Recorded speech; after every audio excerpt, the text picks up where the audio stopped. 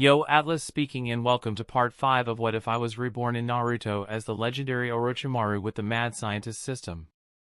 Let the tale begin.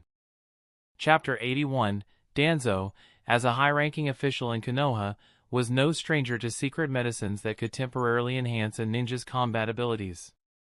For instance, the Akimichi clan's famed three-color pills could dramatically boost strength but at great personal cost, often leaving users incapacitated or worse.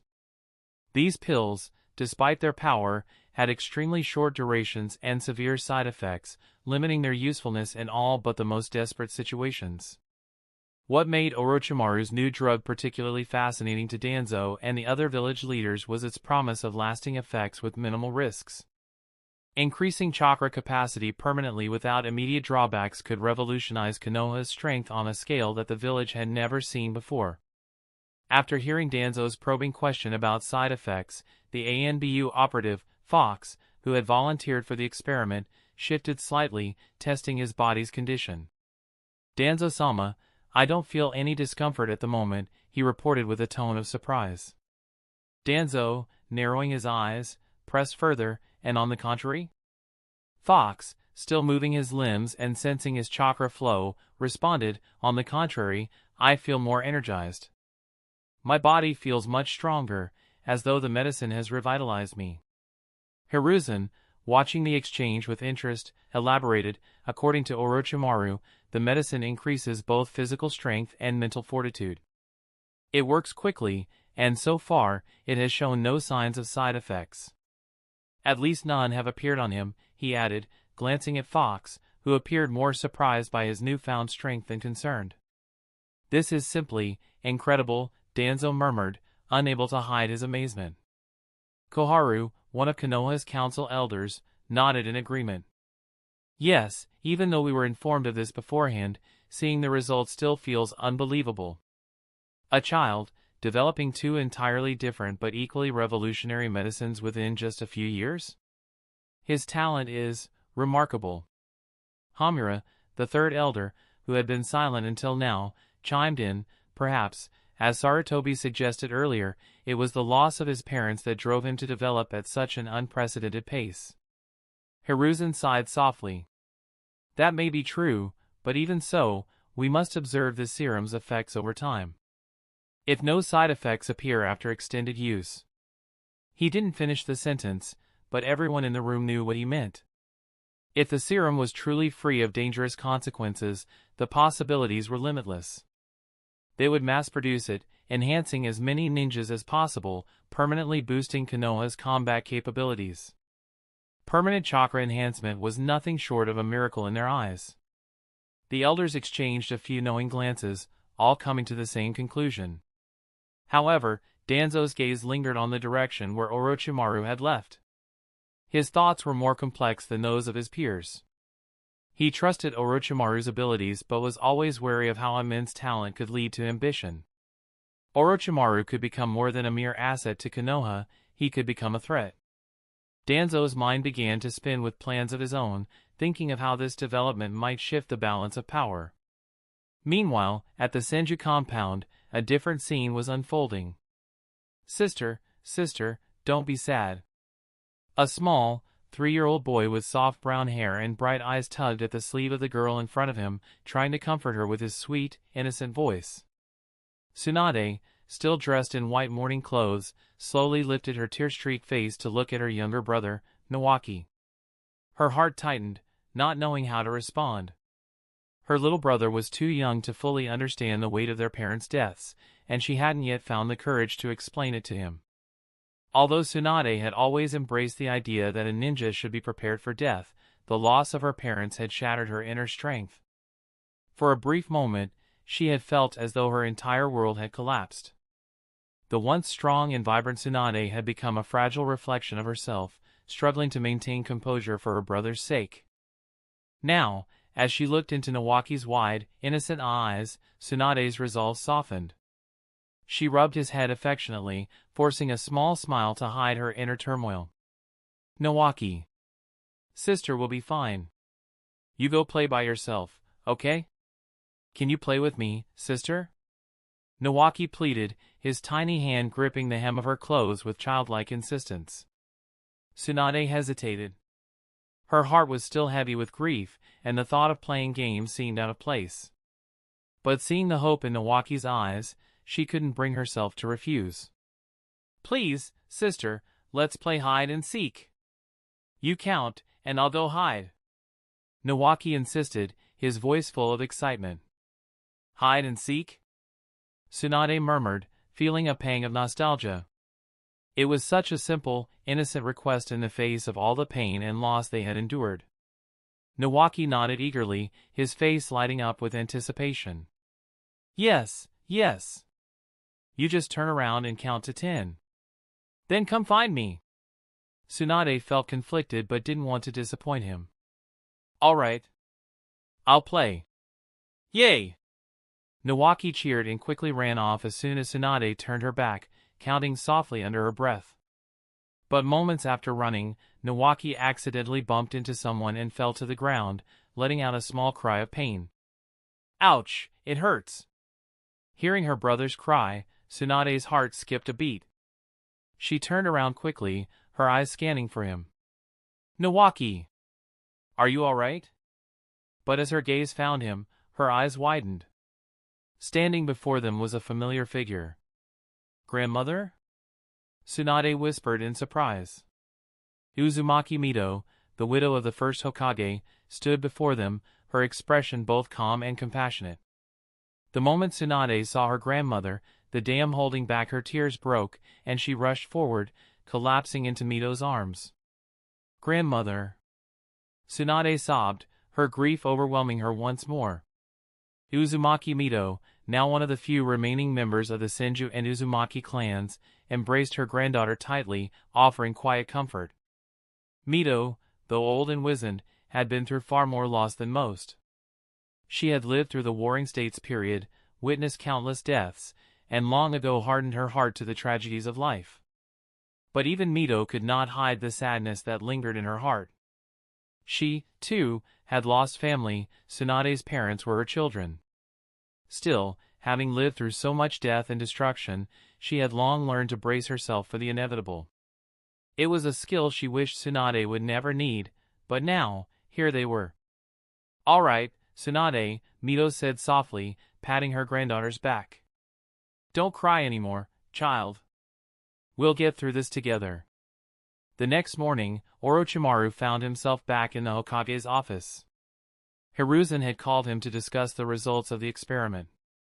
After listening to the Hokage's report, Orochimaru raised an eyebrow, surprised by the information.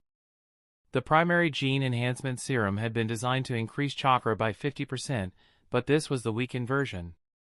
Orochimaru had diluted the original formula by 80%, so the expected increase should have been no more than 20%. Yet, somehow, Fox had experienced the full 50% boost. Chakra capacity increased by 50% even with the diluted formula? Orochimaru muttered to himself, his mind racing to figure out the anomaly. "Yes," Hiruzen confirmed. "And so far, no side effects have been observed." Orochimaru's analytical mind quickly ran through possible explanations. Could it be that each person's reaction to the serum is influenced by their genetic makeup? It would make sense. Those with inherently superior genetics like members of the Uzumaki or Senju clans might experience a diminished effect. But for someone like Fox, who was an elite but not part of any particularly powerful clan, the effects were maximized.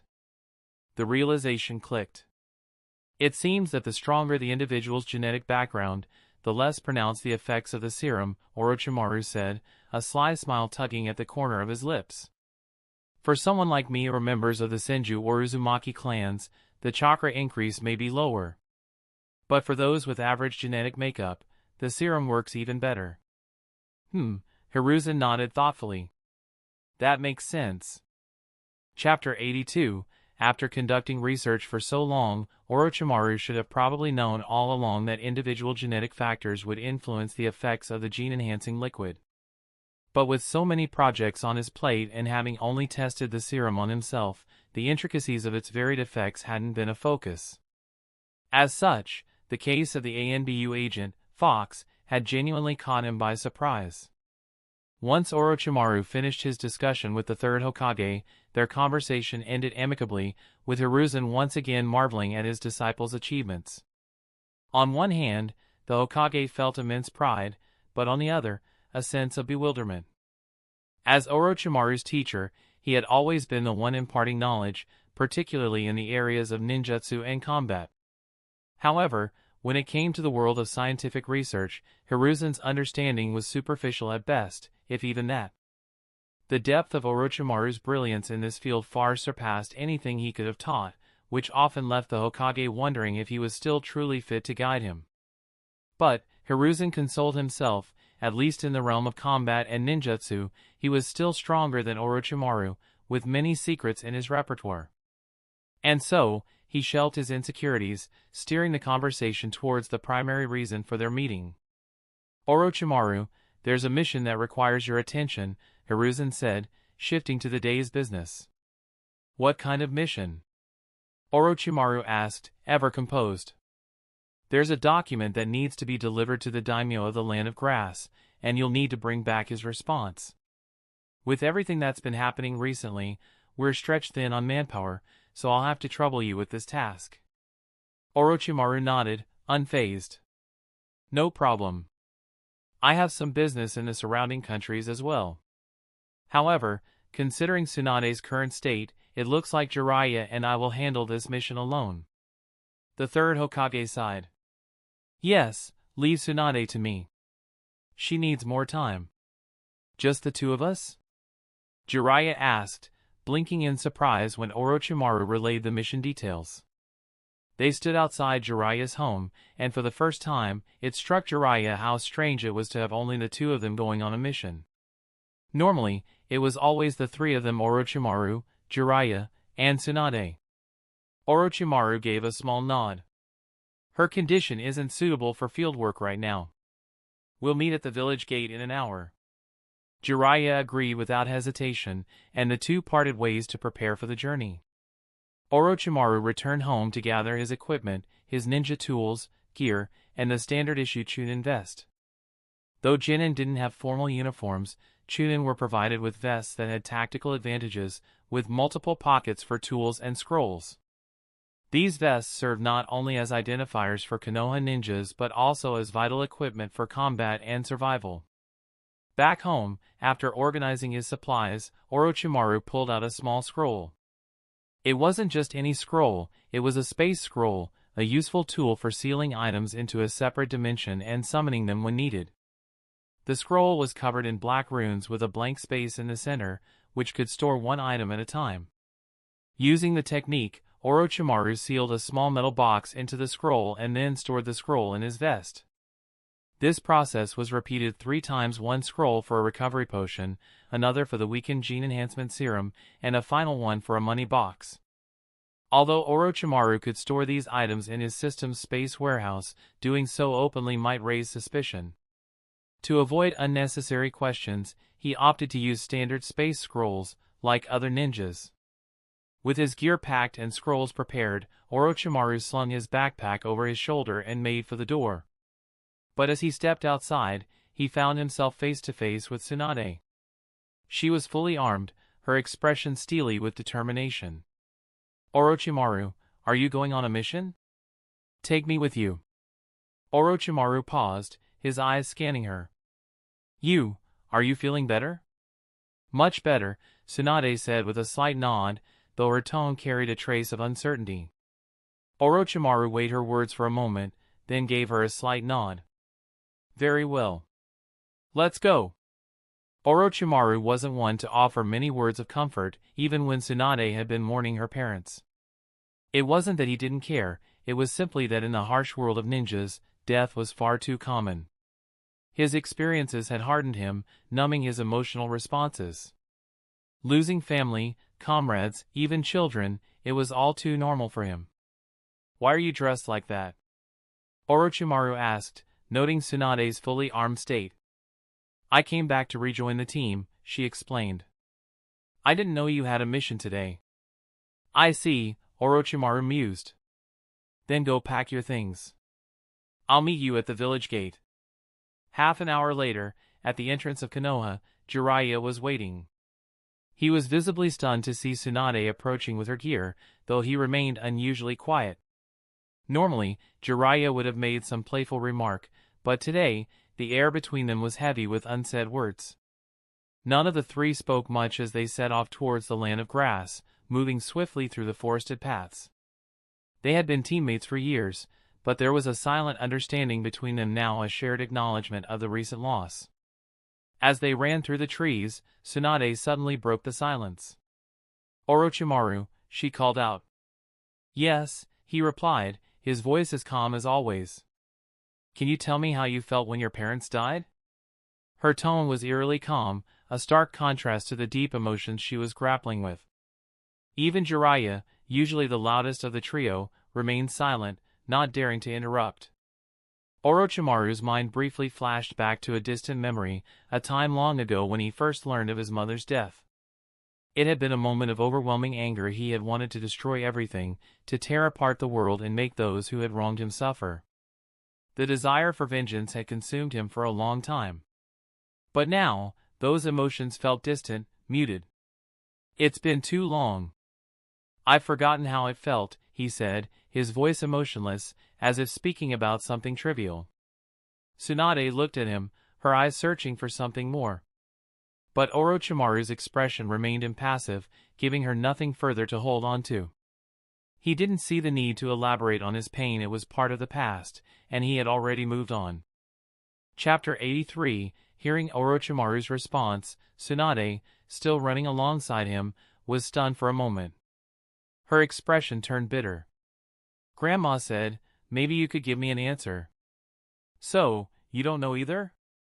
Grandma?" Orochimaru couldn't help but think of Uzumaki Mido, the dignified woman who, despite her kind appearance, wielded great power. Why would she think so highly of him, enough to tell Tsunade that he might have the answer? What's the answer to something like this? Orochimaru mused aloud, his voice calm. When undergoing psychological training, you should be prepared for this kind of pain. Besides, he glanced briefly at Tsunade, his tone steady but lacking in warmth. You have a younger brother. To Orochimaru, this was simply an objective truth. In their world, loss was inevitable. Most shinobi would eventually lose everyone they cared about, leaving them alone. Yet, despite the harsh reality, they survived. He himself had no family left. He had grown used to the numbness that came with loss.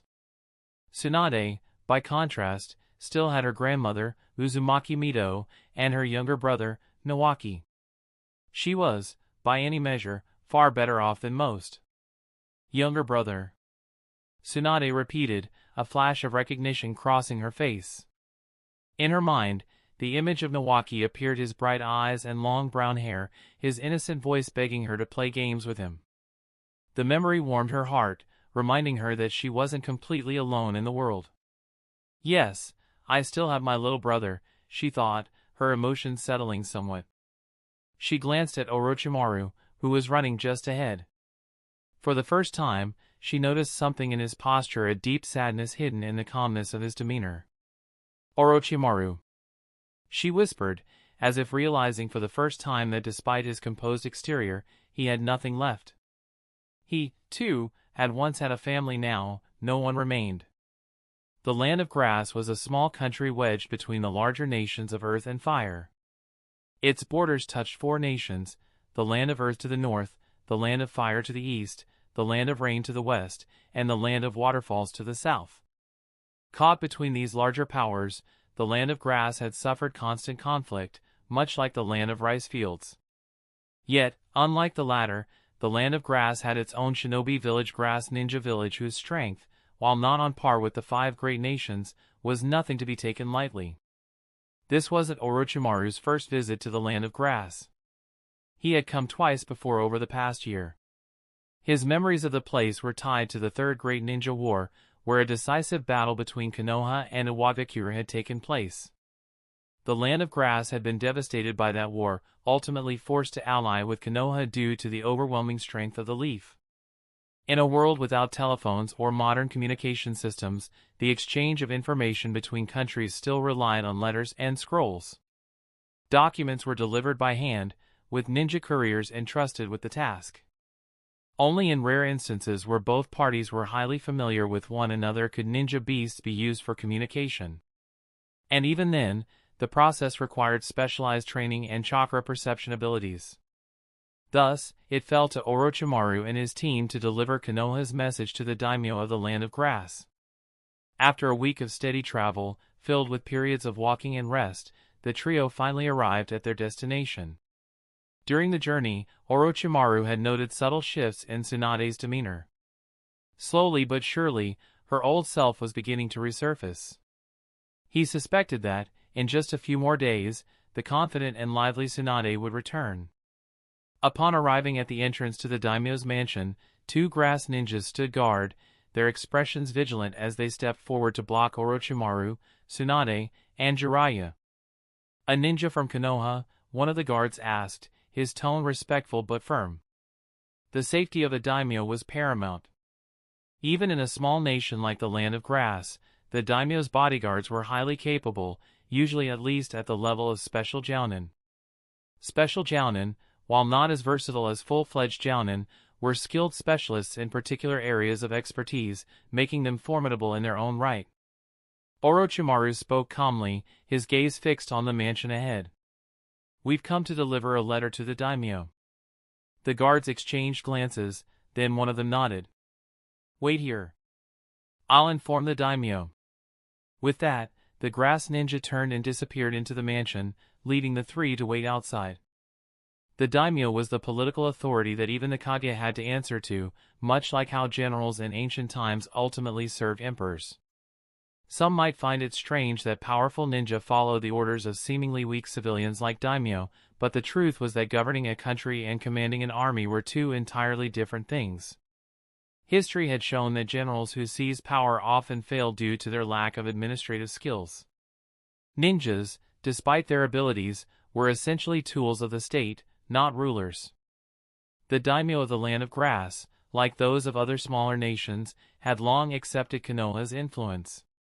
He was well aware of Konoha's power, and as such, welcomed Orochimaru and his companions without hesitation.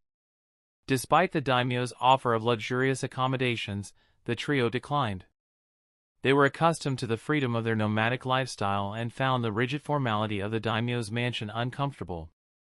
Instead, they chose to stay at a small inn in a nearby town, waiting for the daimyo's reply. After settling into the inn, Orochimaru made preparations to leave once again. "You're going out again?" Tsunade asked, puzzled as she watched Orochimaru gather his things. Orochimaru nodded. "I need to attend to some matters while we wait for the daimyo's reply. You two can handle things here." Tsunade frowned slightly. "How long will you be gone this time?" "As usual," Orochimaru replied, his tone calm. "No more than 2 days." Tsunade sighed but didn't press the issue. "All right, but don't be gone too long." With a nod, Orochimaru turned and left the inn, slipping into the quiet streets of the town as he made his way towards the outskirts. Chapter 84, Kusagakure wasn't far from the daimyo's mansion in the Land of Grass. Considering the size of the Land of Fire, it only took about a day to walk from Konoha to its capital. For a ninja running at full speed, that journey would be reduced to just a few hours. The distance from the daimyo's mansion in the Land of Grass to Hidden Grass Village was even shorter, barely a half-hour run at ninja pace. However, Orochimaru wasn't in a rush this time, so he decided to take his time, walking leisurely. He found a secluded spot along the way, changed his clothes, and put on a human skin mask, transforming into a completely different person. Soon, he looked like a young man in his 20s, with long flowing hair and pale, yet handsome, features. His appearance was sharp and striking. He was in disguise, but this version of him was simply a slightly older, refined version of himself. Why the disguise? Well, he had business in Kusagakure, and this particular identity would be useful. While he wasn't famous yet, Orochimaru preferred to stay cautious and avoid being recognized in case he needed to move in secret. As for why he chose a human skin mask over the transformation jutsu, the answer was simple. The transformation jutsu required constant chakra to maintain. While it was flawless at first glance, it couldn't hold up in battle or under strain. Any serious combat, or even a strong enough attack, would disrupt the chakra flow and force him back into his original form. That kind of instability wasn't conducive to Orochimaru's plans. Orochimaru was currently 13, and though his height had increased due to growth and the strengthening potions he'd been using, he was still shorter than most adults. Jiraiya, for instance, would grow to be nearly 191 centimeters tall as an adult. Orochimaru, through his various experiments and body modifications, would fluctuate in height, but his natural height was around 180 centimeters at best. At 13, however, he had already reached 170 centimeters, thanks to his enhancements. With the human skin mask making him appear older, no one would question his assumed identity as a 20-something ninja passing through. The village leader of Kusagakure, Moriyama, was a man in his late 40s or 50s. At the moment, he was pacing through the village's hospital, his mind weighed down with concerns about the future of the village. Unlike the great shinobi villages, which had large populations of ninjas, the smaller villages, like his, were constantly struggling with manpower shortages. With a total population of just over 1,000 ninjas, Kusagakure was always short-staffed. Once you factored in those away on missions, the elderly, the injured, and the infirm, they were often left with no more than a few hundred capable fighters at any given time. Moriyama looked around the crowded hospital, where seriously wounded ninjas were groaning in pain. The constant skirmishes in their country had drained their forces, and they were often under siege by their more powerful neighbors. He couldn't help but think of how the future of the village seemed to hang by a thread.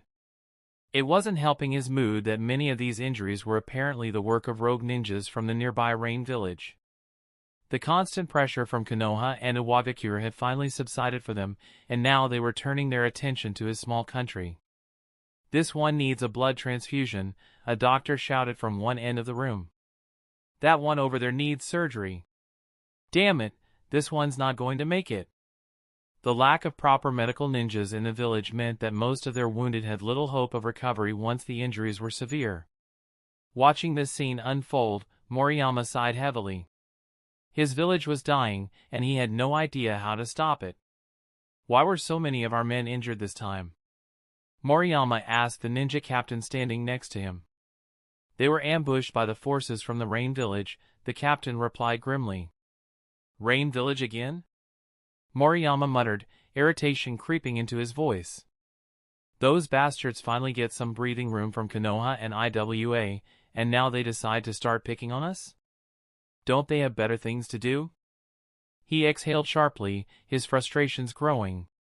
It wasn't easy being the leader of a village sandwiched between three major powers, each one more than capable of crushing Chaoyin at a moment's notice. The Land of Rain had always been a powerful military force, mainly due to the presence of Hanzo, the ninja demigod who ruled over them. That reputation had only grown stronger in recent years. We're just caught in the middle, the captain said with a bitter smile. Compared to the nations around us, we're practically nothing. Moriyama walked to the second-floor window of the hospital, staring out at the village in the distance. It's hard to believe there was once a time when Kusagakure almost unified the entire shinobi world. The ninja captain blinked in confusion. Unify the world? When did that happen? Moriyama waved his hand dismissively. It was a foolish thought, there had never been such a time.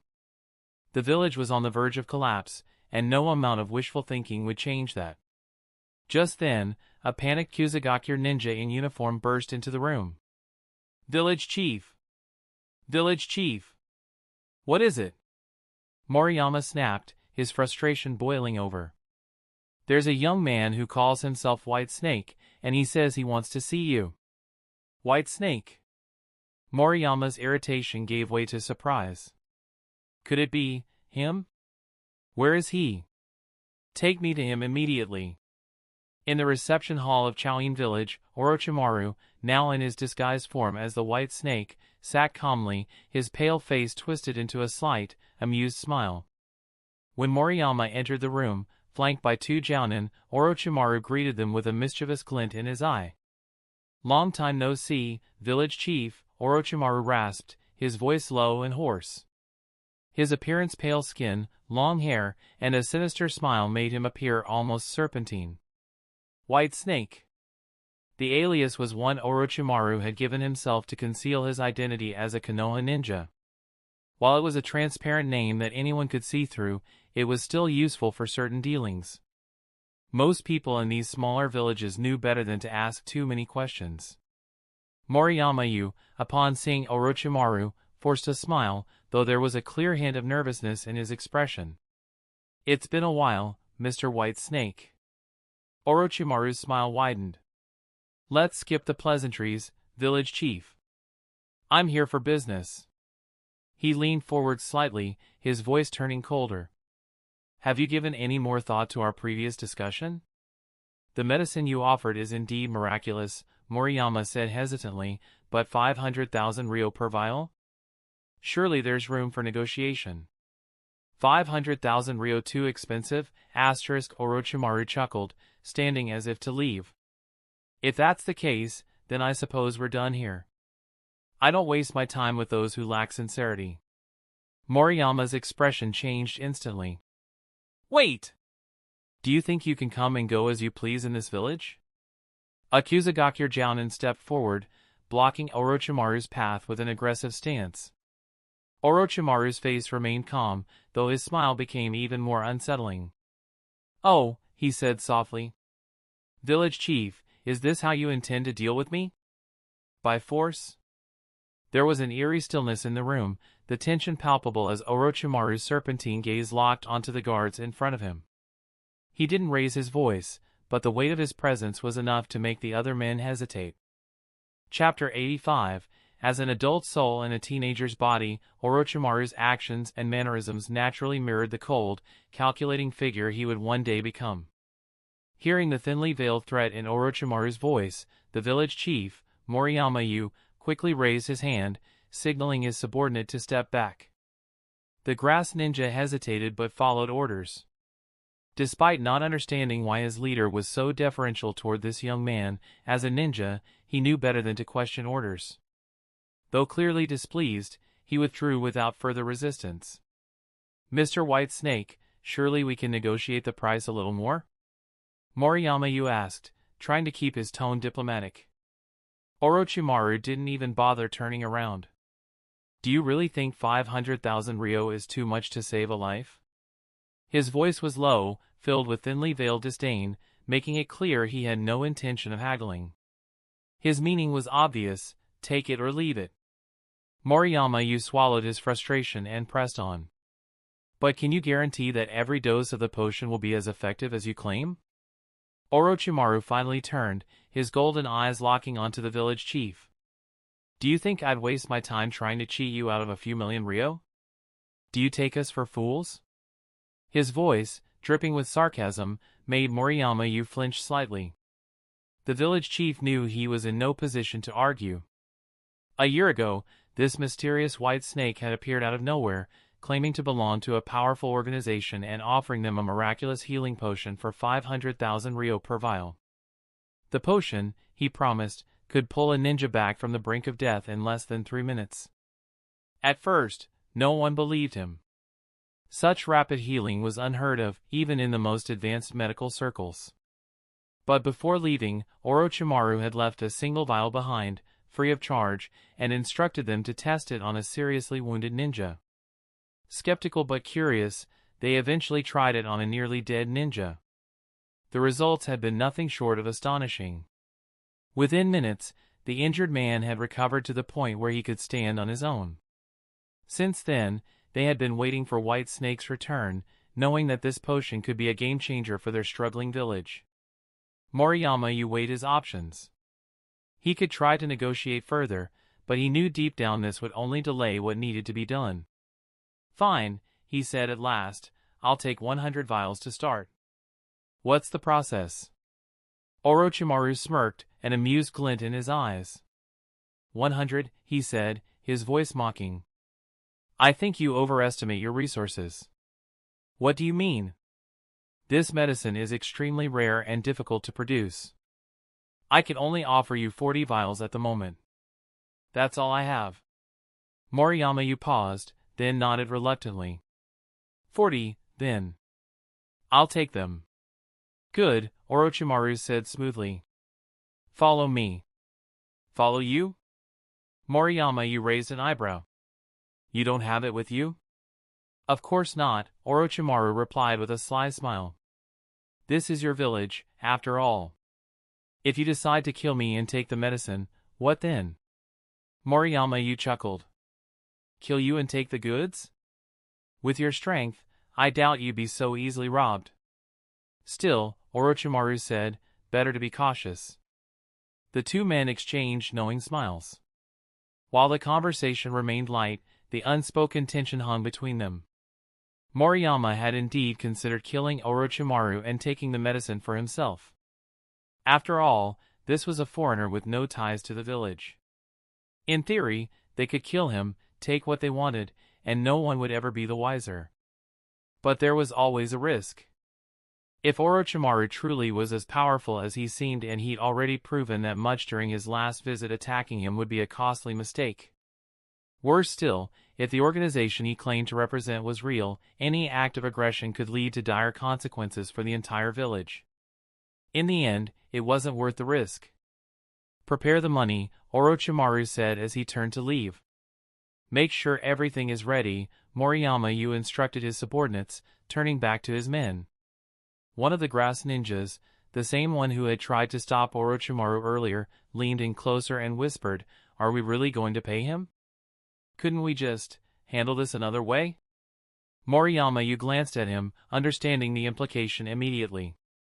20 million ryo is a small price to pay, he said calmly. It's not worth making an enemy out of someone like him. Someone like him? The grass ninja was confused. How strong could he be? Surely some of our jounin could handle him, right? Moriyama chuckled at the naivety of his subordinate. You weren't here a year ago, so you don't understand. That man, he took down 7 of our best ninjas by himself. The grass ninja's eyes widened in disbelief. 7? That's impressive, but not impossible. Some of our stronger jounin could handle that, couldn't they? Perhaps, Moriyama said, placing a hand on his subordinate's shoulder. But what if I told you one of those 7 was your older brother? The grass ninja fell silent, the weight of those words sinking in. His brother was one of the strongest fighters in the village. If this white snake had taken him down along with 6 others, then this stranger was not someone to be trifled with. Moriyama patted his shoulder once more and left the room, his thoughts already returning to the next steps in their delicate dealings with the mysterious white snake. Chapter 86, Kusagakure village didn't have any exceptionally strong ninjas. Even the village chief, Moriyama, was just an average jounin at best. The strongest ninja in the village was a man named Sanji, a jounin of comparable strength to Moriyama. When Orochimaru first arrived in Kusagakure, they mistook him for a spy and surrounded him. A fight broke out, but most of his attackers were just chunin. Orochimaru swiftly dealt with them and then had to face Sanji himself. Sanji was indeed powerful, specializing in Kusagakure's signature confinement techniques, which nearly gave Orochimaru more than he could handle. But without using his more advanced jutsu, like the Sharingan or his summoning techniques, Orochimaru still managed to win, proving himself superior. And in this world, only the winner's words mattered. After his victory, Orochimaru was able to explain his real purpose, leading to the business dealings they now had. Back in the Kusagakure reception room, the subordinate who had questioned Orochimaru's strength earlier finally understood why his village chief had been so respectful. If even Supreme had been defeated, then it was clear that this white snake wasn't someone they could afford to cross lightly. Understanding this, the subordinate took a deep breath and followed orders, preparing the money for the transaction. There was no choice. He had to obey. The deal itself took place outside the village. Moriyama, well versed in the unspoken rules of such dealings, brought only 2 trusted guards with him. Orochimaru, despite his confidence in his own strength, knew better than to take unnecessary risks. He used one of his clones to handle the trade, all while secretly controlling his invisible flies to monitor the area for any signs of betrayal. Fortunately for both parties, Moriyama had no intention of double-crossing Orochimaru. The deal went smoothly, and Orochimaru couldn't help but feel a bit of respect for the village chief's pragmatism.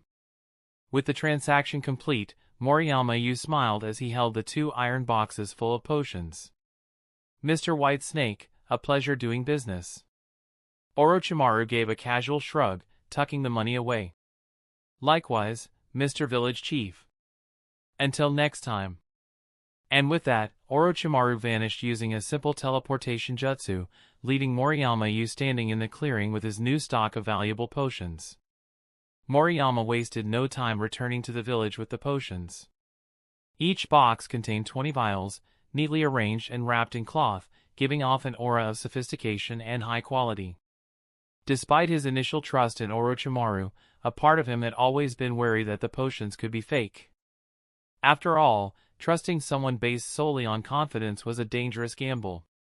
Still, there was something about Orochimaru that exuded certainty, and Moriyama had bet on that confidence being real. Now, the time had come to find out if his gamble had paid off. "Take one of these to the hospital and test it immediately," Moriyama instructed one of his subordinates, who quickly took a vial and hurried off. As he watched the man leave, Moriyama's heart was racing. 500,000 ryo per dose, that man's practically drinking money, he muttered to himself. But it was a necessary expense, one that could make or break the future of Kusagakure's ninjas. A few minutes later, the test came back positive. The potion worked just as advertised. The wounded ninja who received the treatment showed rapid improvement, his condition stabilizing in mere minutes. Moriyama let out a long, relieved sigh. Orochimaru had delivered on his promise. Number 9.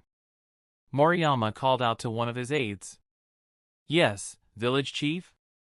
Price each dose at 600,000 ryo. If anyone wants it, they'll have to come to me personally." "Yes, sir." Number 6, he called out to another. "Yes, sir? Take a vial to the lab and have them analyze it. I want a full report on its ingredients." "Understood." With those orders given, Moriyama allowed himself another moment of relief. The potions were worth the money, and he already had a plan to make a profit. He would charge more than what he paid and recoup the costs easily, all while keeping Kusagakure in the black.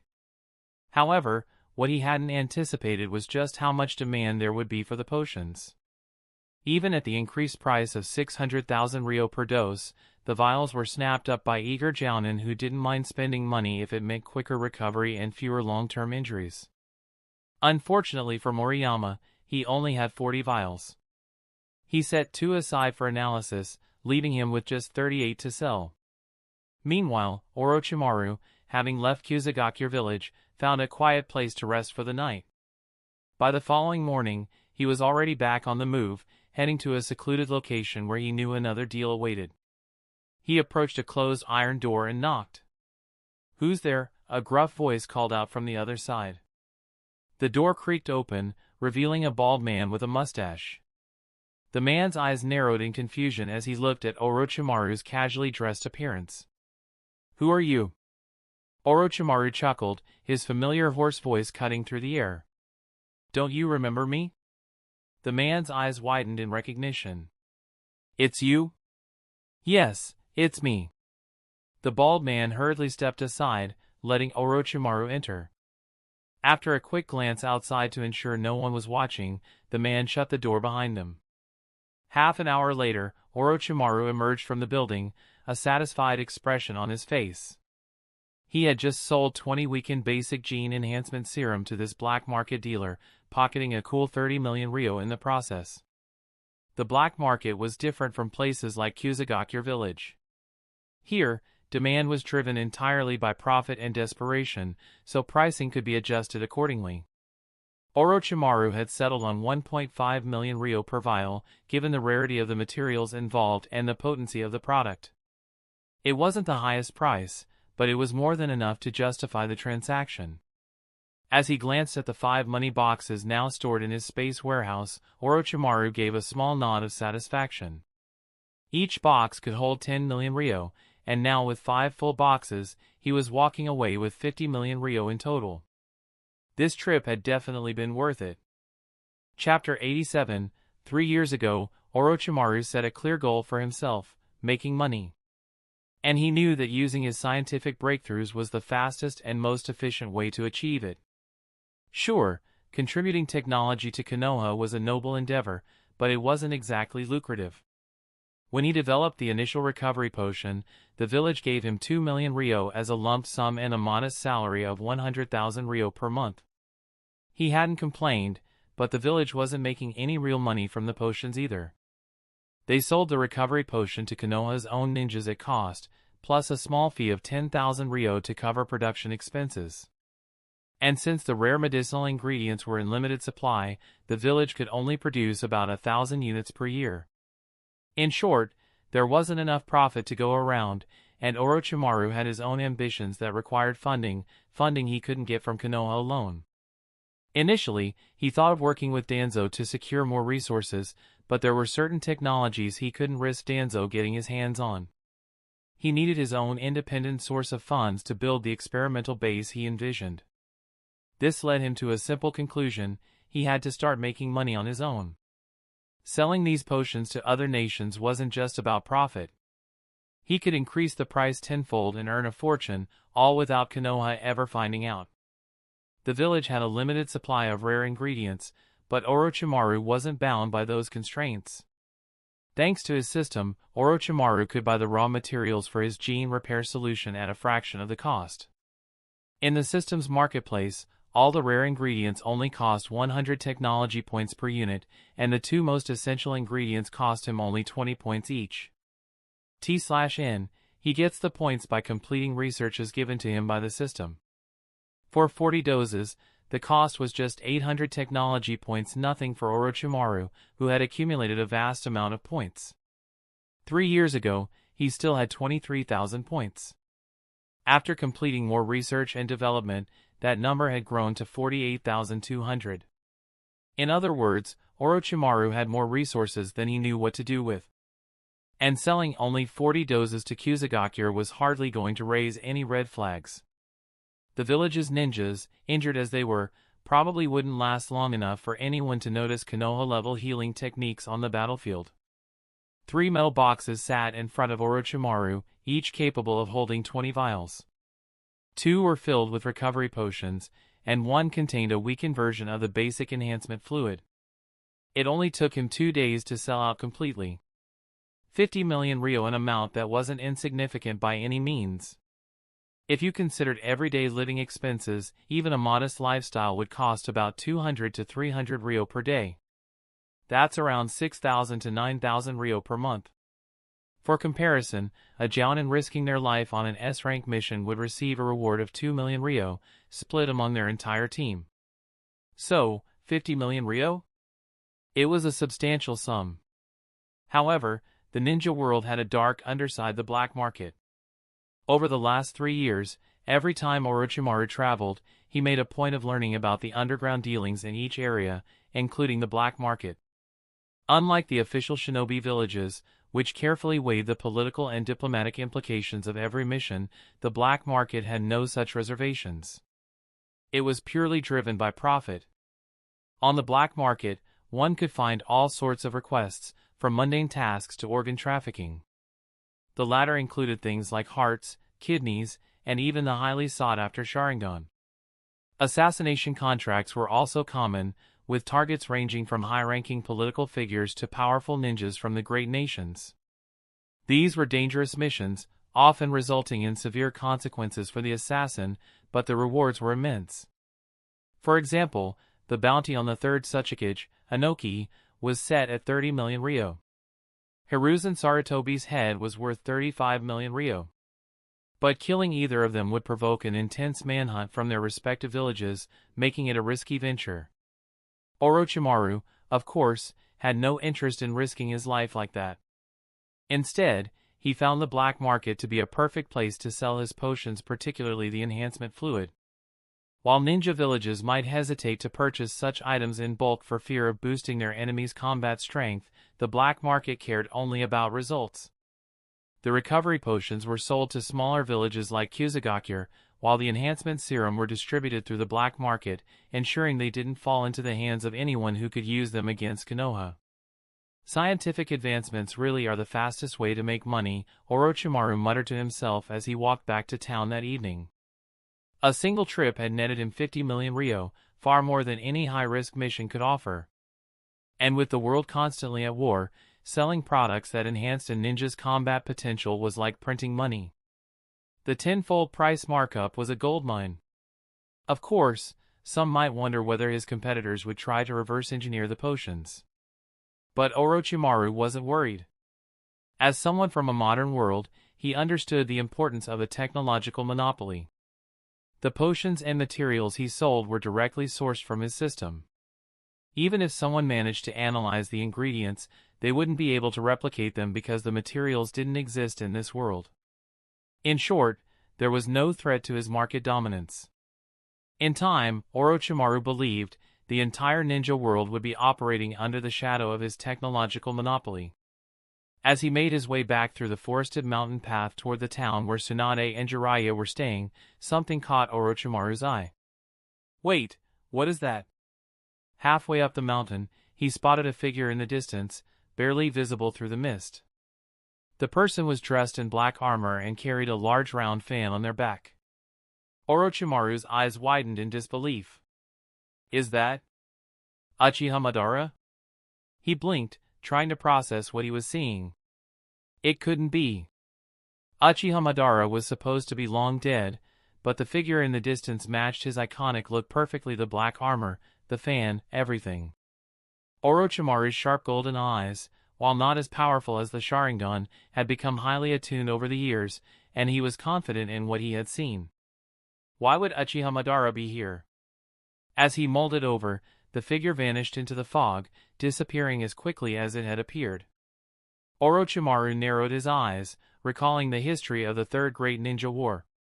It was in the land of grass that Konoha and Iwabikure clashed, and this was also where Uchiha Bito, the future enemy of the world, was supposedly saved by none other than Madara himself. Could it be that Madara is hiding in the land of grass? Orochimaru whispered to himself, already piecing together the implications. Without wasting any more time, he retrieved two tiny, invisible mechanical flies from his sleeve. These insects were one of his recent inventions, designed for covert surveillance. He released them into the air, directing them toward the location where the mysterious figure had disappeared. Chapter 88. Others in the world of shinobi may believe Uchiha Madara is long dead, a relic of the past. But as a reincarnator, Orochimaru knew the truth. Madara had indeed fought a legendary battle against the first Hokage at the Valley of the End, but he had escaped death using the Uchiha clan's forbidden technique, Izanagi. Since then, he had been lying in wait, hiding in the shadows while crafting his grand plan for the infinite Tsukuyomi. And while Madara himself was unknowingly a pawn in Black Zetsu's machinations, it was undeniable that much of the chaos in the ninja world could be traced back to him. After some hesitation, Orochimaru made a quick decision. He had to follow Madara. Discovering Madara's whereabouts could give him access to invaluable resources: Madara's genetics, the secrets of the Edo Tensei, reanimation jutsu, and perhaps even Black Zetsu's long-term schemes. If he could harness that knowledge for himself, it would give him a powerful edge in the years to come. With that thought in mind, Orochimaru gathered chakra at his feet and darted after the mysterious figure he had seen earlier. He knew from his knowledge of the future that Madara would supposedly die during the Third Great Ninja War, but that was still decades away. In fact, Nagato, who would inherit Madara's Rinnegan, hadn't even been born yet. That means Madara should still have both of his Rinnegan, Orochimaru mused, excitement creeping into his voice. This could be an opportunity. He adjusted his pace. But I can't get too close. Even for someone like Orochimaru, getting too close to Uchiha Madara, arguably the most dangerous man in the world, was a risk not worth taking. Instead, he relied on his tracking skills, something he had picked up over the years as a ninja. While he wasn't as skilled as the Inuzuka, Aburame, or Hyuga clans in this regard, he knew enough to follow basic footprints. As he reached the spot where Madara had been moments ago, Orochimaru could clearly see tracks in the dirt. Footprints. Madara likely didn't expect anyone would be following him, which explained why they were so easy to find. But after following the trail for a while, the prints suddenly stopped. "TCH," Orochimaru muttered to himself. "It seems I'll have to rely on my little friends." Taking a seat behind a large boulder, Orochimaru released more of his mechanical flies. The sun had set, and darkness was quickly falling over the forest, but the flies, powered by light energy, had a good hour or two of charge left. Through the eyes of his flies, Orochimaru scanned the surrounding area: trees, mountains, rivers. The dense vegetation made it difficult to track, but his patience paid off. Orochimaru squinted through the vision of one of his flies. A dark shadow moved quickly across the landscape, and then the fly's feet abruptly cut out. Something ate it? Orochimaru thought, slightly perplexed. It was unusual for something to prey on a fly in such a specific manner, but it was possible a nocturnal predator had snatched it out of the air. 5 flies left, he reminded himself. As the sky grew darker, the fly's visibility lessened. Still, Orochimaru was relentless, meticulously scanning every possible hiding spot in the area. Finally, after about 10 minutes, he spotted the figure he was looking for. There, on the side of a remote mountain, was Uchiha Madara, his iconic fan strapped to his back. Even from a distance, his presence was unmistakable. Orochimaru's suspicions were correct. Madara had faked his death and survived. Despite being older now, like Uzumaki Mido, Madara was still able to move. His body was aged, but the strength of the legendary shinobi remained. More importantly, Orochimaru realized that Madara had already awakened the Rinnegan, those legendary purple eyes with their ripple patterns. Right now, Madara was practically invincible. If not for his failing body, he could have likely taken over the world by sheer force. But his old age limited him. Madara knew this too. His grand plan required patience and someone else to carry on his will until the time was right. That's why he had crafted his resurrection plan. He would give his Rinnegan to someone capable, and when the time was right, that person would use the power of the Rinnegan to bring him back to life. This was Madara's ultimate strategy, one that no one could possibly foresee.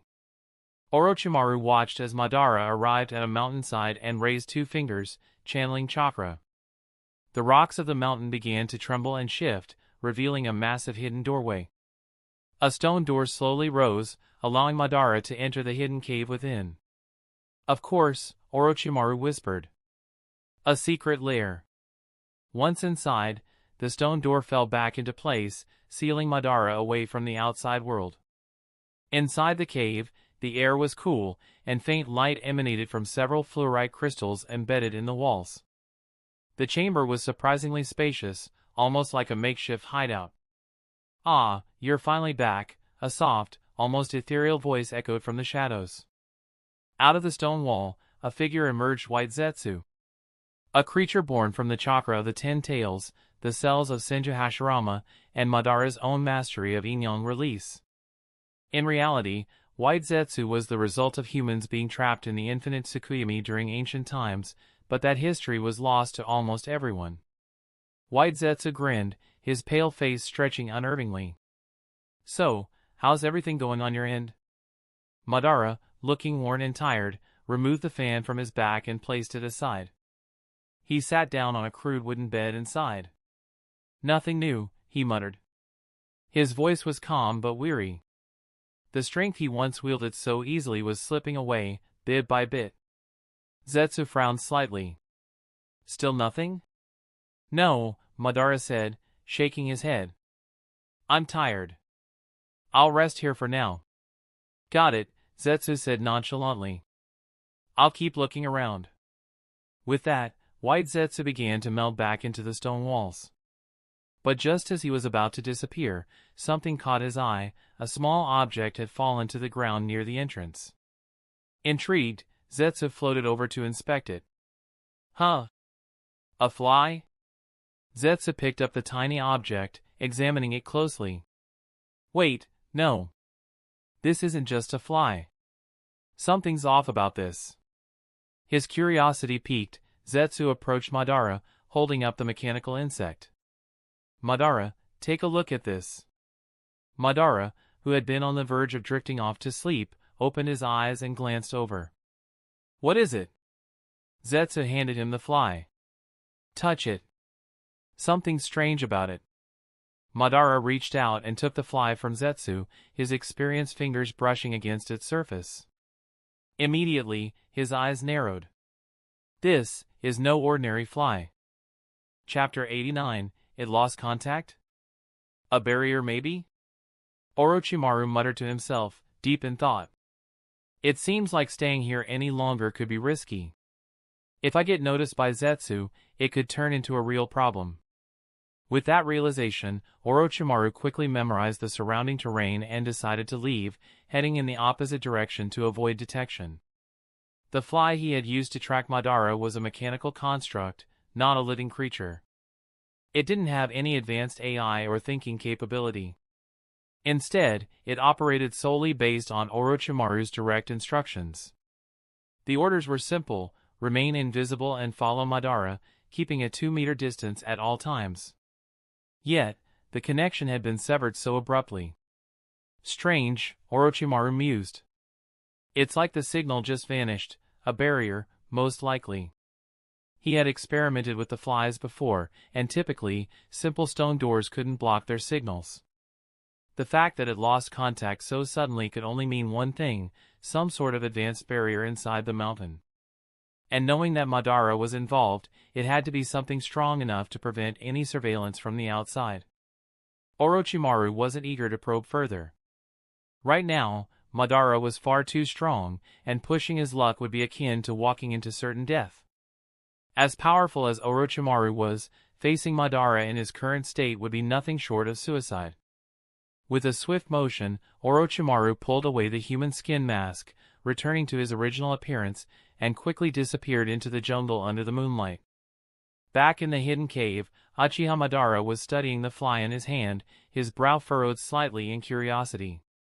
What is this? He muttered, not recognizing the small mechanical insect. White Zetsu appeared next to him, his voice as casual as ever. I'd never seen anything like it either. It's strange. Madara's lavender Rinnegan eyes scanned the object. Are we being watched? He asked, his voice low and contemplative. White Zetsu's expression shifted as he, too, became serious. I'll go check around. Without waiting for a reply, Zetsu sank into the ground, using his unique mayfly ability to blend into the environment and scout the area. Madara remained seated, his eyes never leaving the strange device in his hand. He was deep in thought. As far as he knew, no one should be aware of his existence, not yet at least. If someone was tracking him, it could pose a serious threat to his long-term plans. After a while, Zetsu reappeared. There's no one around, he reported. I searched within a 2-kilometer radius. There are a few people farther out, but none seem to be a threat or connected to this. Madara's eyes narrowed as he continued examining the fly. Perhaps I'm overthinking things, he muttered, though there was still suspicion in his tone. With a quick flex of his hand, the small mechanical fly was crushed into scrap metal. Meanwhile, Orochimaru had already put considerable distance between himself and Madara's lair. He knew better than to stay within range of White Zetsu's formidable tracking ability. Zetsu's ability to sense anything on or connected to the earth made him one of the most dangerous trackers in the shinobi world. As long as someone was standing on solid ground, Zetsu could find them with ease, especially if he had already familiarized himself with their chakra. Orochimaru prided himself on controlling situations from behind the scenes, manipulating events to his advantage. The last thing he wanted was to become the one being hunted. Leaving before Zetsu could pinpoint his location was the safest move. He knew he hadn't fully uncovered Madara's hideout, but that was fine. Orochimaru was patient. With cloning technology soon within his grasp and future research into the cursed seal, his own immortality would be assured. He could afford to bide his time. As Orochimaru slipped back into the night, his mind was already focused on what lay ahead. It was late by the time he made it back to the hotel where Tsunade and Jiraiya were staying. Not wanting to draw attention, he quietly scaled the building's exterior and entered through his room's window. The moment he landed, a voice startled him. "Who's there?" He turned to see Tsunade sitting on his bed, wearing nothing but her mesh undergarments, glaring at him suspiciously. The moonlight streaming in through the window gave just enough light for him to take in the scene. "Tsunade?" Orochimaru asked, blinking in confusion. "Why are you in my bed?" Tsunade shifted, her expression flustered. I was waiting for you to come back, that's all," she stammered, her voice not as steady as usual. Her cheeks flushed slightly as she struggled to find the right words. "Waiting for me?" Orochimaru tilted his head, clearly not expecting this. Tsunade had never acted like this before. In fact, she'd always been brash and assertive, rarely shy about anything. There was an awkward silence for a moment before she finally added, "I just wanted to talk to you." Orochimaru regarded her with a raised eyebrow. Something about her demeanor felt different tonight. He wasn't sure what it was, but there was an unfamiliar warmth in his chest as he looked at her, something that made him pause. "Talk," he echoed, before shaking his head slightly. "It's late. Whatever it is, let's talk about it tomorrow." Tsunade looked like she wanted to say more, but the usual confidence in her voice faltered. Sighing softly, she nodded and stood up to leave. But before she reached the door, Orochimaru spoke again. "Wait, Tsunade." She stopped, turning to look back at him. "What is it?" "I changed my mind. I can't sleep now anyway." "Stay. Let's talk." Tsunade blinked, momentarily caught off guard. "You're serious?" Orochimaru gestured toward the bed. "Sit."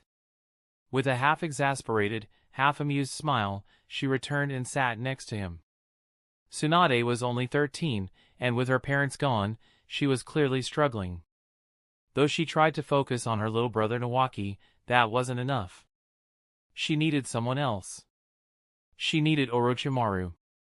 In her heart, she had always seen him as more than just a teammate. He was her boyfriend, even if he had never explicitly acknowledged it.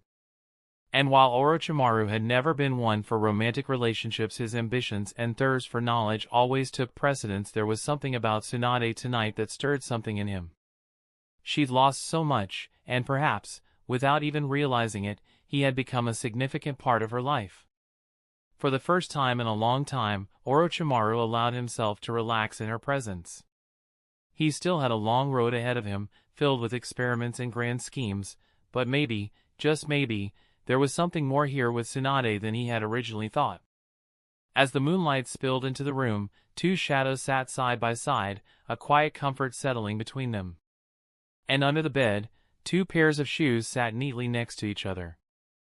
Chapter 90. What would Orochimaru do to Tsunade now? That's just absurd. First of all, both of them are only 13 years old. And Tsunade, having just lost her parents recently, couldn't possibly be in the mood for anything romantic. Besides, their relationship hasn't developed to that level, and there's no way Tsunade would make a move on Orochimaru. As for Orochimaru, while he doesn't have an aversion to women, he certainly isn't thinking about an underaged, flat-chested girl. So, that night, they really just sat on the bed and talked. From their backgrounds and life goals to the political structure of the ninja world. Of course, Tsunade, being relatively unaware of the situation in other villages, only listened while Orochimaru talked casually about a few things. But even these offhand remarks left her deeply impressed. How could Orochimaru know so much about the political landscape of other nations? After all, their missions only ever took them to small countries, and no one ever discussed this with him. Yet, for some reason, she didn't question it. In her eyes, Orochimaru was now something close to a genius. It almost seemed natural to her that Orochimaru would know this stuff. Sometimes she even caught herself daydreaming. The next morning, sunlight filtered through the window, giving the room a fresh, airy feel. Jiraiya yawned, lazily scratched his head, and got up from the bed. Man, why does Orochimaru always go off on his own during missions? Grumbling to himself, he got dressed, washed up, and headed out of his room. Let's see if that guy's back yet. Their mission was wrapping up soon, so he wanted to check if Orochimaru had returned. But as he stepped out of his room, the sight before him left him stunned. Moments later, Jiraiya's voice echoed through the entire hotel. Ah! Why? Why is this happening? Tsunade! Why did you come out of Orochimaru's room? Why? Why? What were you two doing behind my back last night? This can't be real, it just can't be. I must be dreaming. Yeah, that's it, I'm definitely dreaming. Jiraiya shouted as he slapped himself, as if trying to wake up. Because what he saw was Tsunade stepping out of Orochimaru's room. Not only that, but she had actually spent the night in his room. And to top it off, Orochimaru also walked out right after her, which only added to the shock. They're only 13. How could they already be sharing a room? It's over. My only shot is gone. Tsunade! Hearing Jiraiya's wild yelling, Tsunade instantly understood what the idiot was imagining. Her face twisted with anger, and she balled up her fists. You moron! What's going on in that stupid head of yours? You're dead! Wham! Without any hesitation, she punched Jiraiya square in the face, sending him flying before he even had a chance to react. As Jiraiya's screams echoed in the distance, Orochimaru calmly remarked, Tsunade, you should probably avoid coming out of my room in the morning. People might get the wrong idea. Huh? Tsunade blinked, coming back to her senses. Oh, yeah. Guess I didn't think about that. Orochimaru silently observed a moment of pity for Jiraiya. Despite that minor incident, the mission went smoothly. Orochimaru completed his business, while the other two received a reply from the daimyo. With everything sorted, they packed their things and began their journey back to Konoha. Jiraiya, still sporting a huge bump on his head, walked in silence, looking dejected. But, at least he knew nothing had happened between the two of them the night before.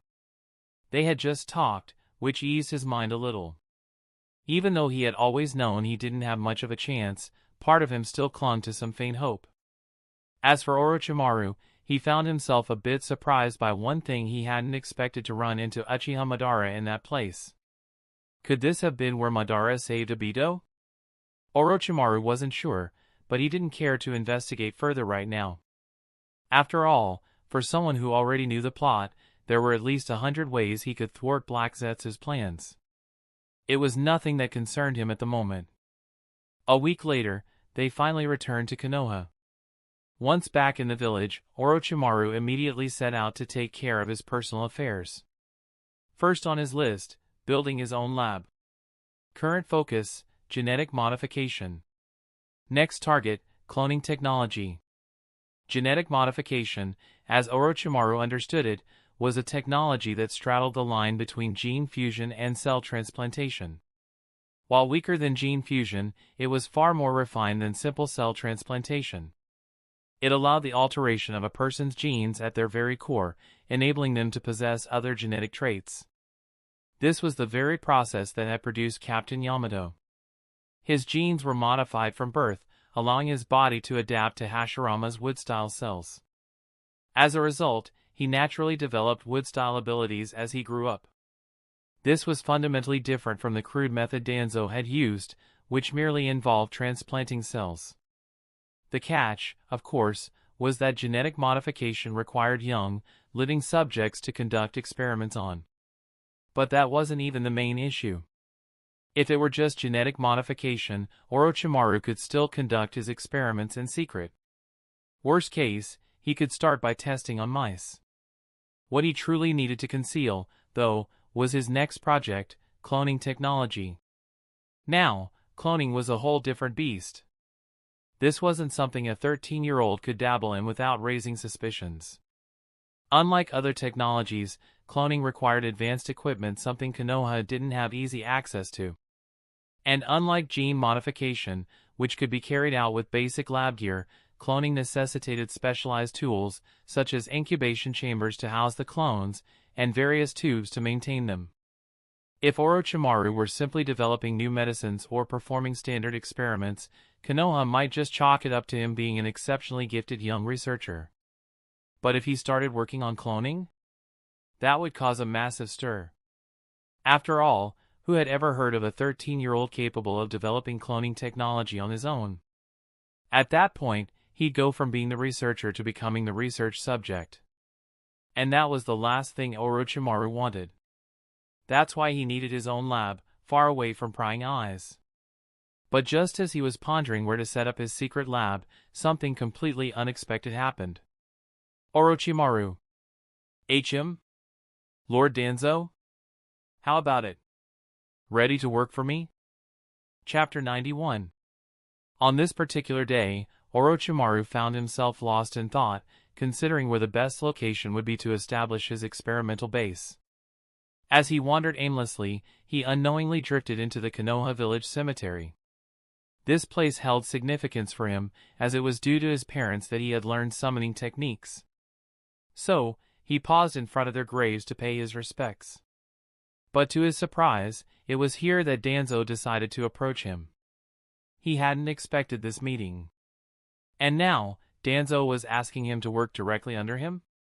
Orochimaru's gaze shifted from the empty, silent cemetery to Danzo, whose hand and eye were not yet wrapped in the familiar bandages. After a moment of contemplation, he responded, "Work for you, Danzo-sama?" "Exactly," Danzo replied, his voice calm and low. "You're not just talented. You're a genius. Someone like you shouldn't be wasting your potential." Danzo was a master at manipulating people, an expert in playing with their minds. He didn't think Orochimaru would be able to resist his offer. "But, my teacher is the third Hokage," Orochimaru said steadily. He knew that in the ninja world, a student remained under their mentor until something drastic happened, like the mentor dying or becoming incapacitated. Hiruzen had been his guiding figure since his days as a genin. Even if Orochimaru had his own ambitions, agreeing to something like this so easily would be impossible. "The third Hokage?" Danzo said with a hint of disdain in his voice. "This doesn't have to interfere with that. You can report to me when you're not on a mission for him." Orochimaru hesitated, but before he could respond, Danzo continued. "You probably don't know, do you?" Danzo said, cutting through Orochimaru's thoughts. "Know what?" "The death of your parents, it's closely tied to the third Hokage." "What?" Orochimaru froze. He wasn't expecting that. This revelation was not something that existed in his memories, neither from his past life nor his current one. How could the death of his parents be related to Hiruzen Sarutobi? Seeing Orochimaru's reaction, Danzo smirked, knowing he had struck a chord. The third Hokage is soft. A pacifist at heart. While he didn't personally kill your parents, they died because of his mercy, his softness. His decisions allowed enemy ninjas to kill them. "What?" Orochimaru's shock deepened. "We had already won that battle," Danzo explained, his tone dripping with bitterness. "But the third Hokage decided to spare the enemy in the name of peace between villages. Your parents were ambushed and killed by those very same enemies shortly after their release. I warned Hiruzen countless times. We are shinobi, we should never show mercy to the enemy. But Hiruzen never listens." Danzo's words echoed in Orochimaru's mind. He could feel his heartbeat slowing as his thoughts began to calm. Was Danzo telling the truth? Orochimaru couldn't say for certain, but based on what he knew of Sarutobi Hiruzen's character, it wasn't impossible. The third Hokage was indeed known for his idealism, for trying to balance peace and war. Orochimaru wasn't foolish. He knew he could find out the truth of Danzo's words through his own investigations. But there was no reason for Danzo to lie if he truly wanted to recruit him. Sure, it sounded like Danzo was manipulating the narrative to push the blame onto Hiruzen, but in the end, wasn't there some truth to it? If Hiruzen had acted differently, his parents might still be alive today. Orochimaru narrowed his eyes. In his past life, he never understood Orochimaru's motivations during the Chunin exam arc. Why did he enact the Konoha crush plan? Killing Hiruzen just to prove his strength? It never made sense to him. Why would someone kill their mentor for such a shallow reason? After all, Orochimaru had been a kind-hearted child once. He fought fiercely for Konoha, and despite his ambitions, he wasn't someone who would simply murder his teacher for trivial reasons. Not to mention, Hiruzen had let Orochimaru go after discovering his human experiments. Why would Orochimaru want to kill the person who spared his life? Now, everything made sense. It wasn't just about ambition. Danzo had planted the seeds of darkness in Orochimaru's heart long before his defection. Orochimaru's mind raced. Danzo watched him closely, knowing his words were sinking in. Orochimaru, everything I've said is to ease your conscience.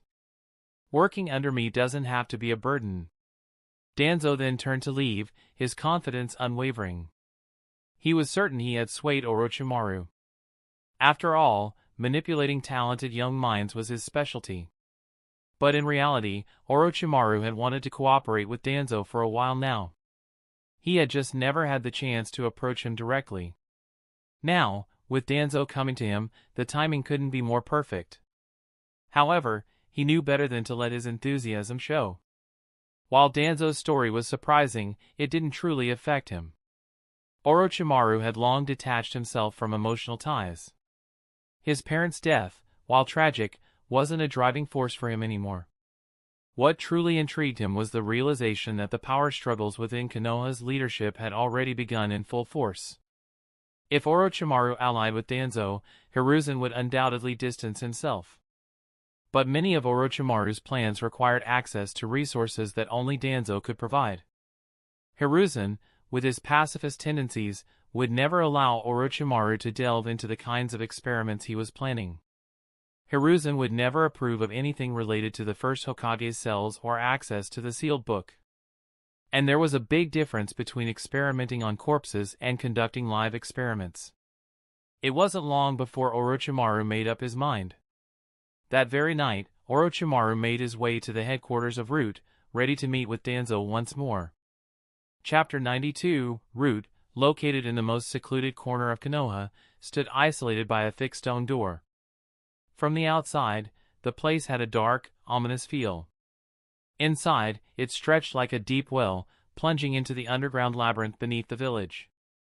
As Danzo often said, this was the root of Konoha, where the root ninjas lived, hidden from the surface. Danzo, heh. Orochimaru glanced at the massive stone door, a small smile playing on his lips. Without a second thought, he operated the mechanism, causing the door to slowly grind open, revealing the deep abyss within. Once inside, he leaped down the well-like entrance, descending several times before the stone door sealed shut behind him. The darkness here was almost suffocating, with barely enough light to make out the shapes around him. Stop! Who dares to enter Root without permission?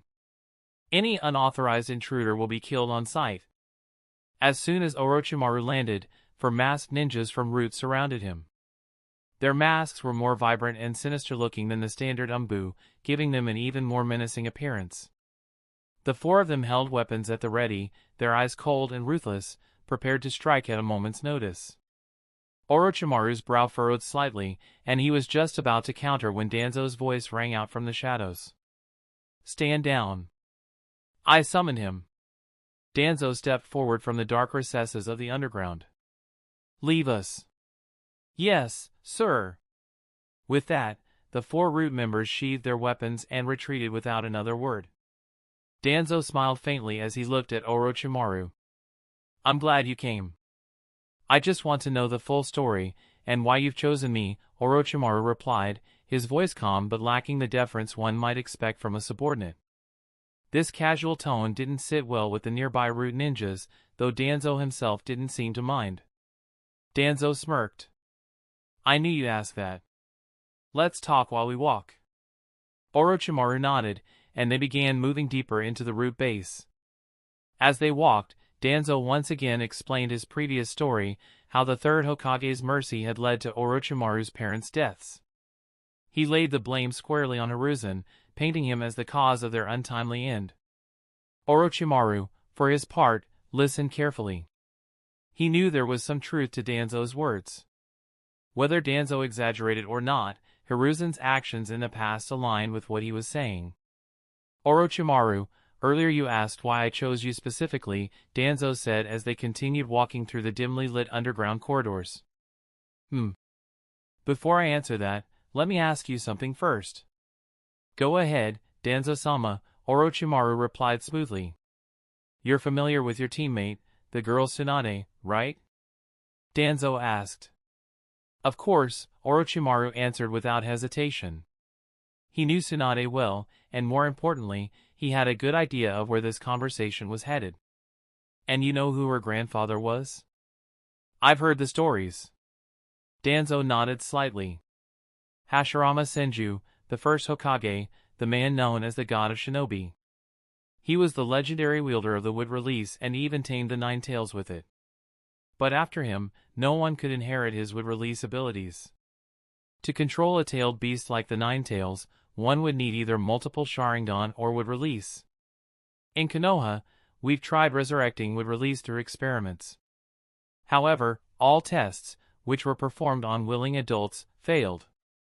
All of the transplant experiments were unsuccessful. Eventually, the experiment was deemed too dangerous and labeled a forbidden technique, sealed away. I had almost given up on it, until I met you. Orochimaru raised an eyebrow. You want me to research this forbidden technique? Danzo nodded, a gleam in his eye. You're as sharp as ever. I once suggested to Hiruzen that we continue these experiments, but of course, he refused. Then, are you suggesting we go behind the third Hokage's back? Orochimaru trailed off, his voice purposefully cautious. Orochimaru, don't you understand by now? Danzo pressed. The third Hokage is responsible for your parents' deaths. You owe him nothing. There's no reason for guilt. Danzo leaned in slightly, his voice taking on a more conspiratorial tone. More importantly, if we succeed in this technique, you might even be able to bring your parents back. Resurrect my parents? Orochimaru echoed, feigning surprise. Yes, Danzo said confidently. This world is full of mysteries. Even resurrection is within reach. I believe that with your genius, you can achieve something great, whether for the village or for yourself. Danzo stopped walking and turned to face Orochimaru, his gaze intense. The weak candlelight flickered around them, casting eerie shadows on the walls. So, Orochimaru, what do you say? Orochimaru pretended to mull it over, his head lowered in thought. If you can guarantee that Hiruzen-sensei won't find out. You don't need to worry about that, Danzo cut in quickly, eager to seal the deal. When the time comes, I'll have you officially transferred under me. You'll be able to work for me openly. Danzo was skilled at manipulating others, always ready to exploit the darkness in someone's heart. If Orochimaru had been the same as he was in the original timeline, perhaps Danzo's words would have led him down a darker path. But things were different now. Orochimaru smiled inwardly. This was all part of the game. He needed resources, and Danzo needed someone with his talents. It was a mutually beneficial arrangement. Outwardly, Orochimaru feigned deep thought, then replied with a touch of respect in his voice, since Danzo-sama has put it this way, I'll humbly accept your offer. Danzo smiled, clearly pleased. You're as sensible as I thought, Orochimaru. Orochimaru didn't respond, but inside, he couldn't help but chuckle. This was all a dance of mutual exploitation. Each party would get what they wanted, at least for now. As for who would ultimately gain more from this partnership, only time would tell. Chapter 93. The next morning, before Orochimaru even woke up, there was a thick stack of documents sitting on the table in his living room. There was no need to guess who had sent them.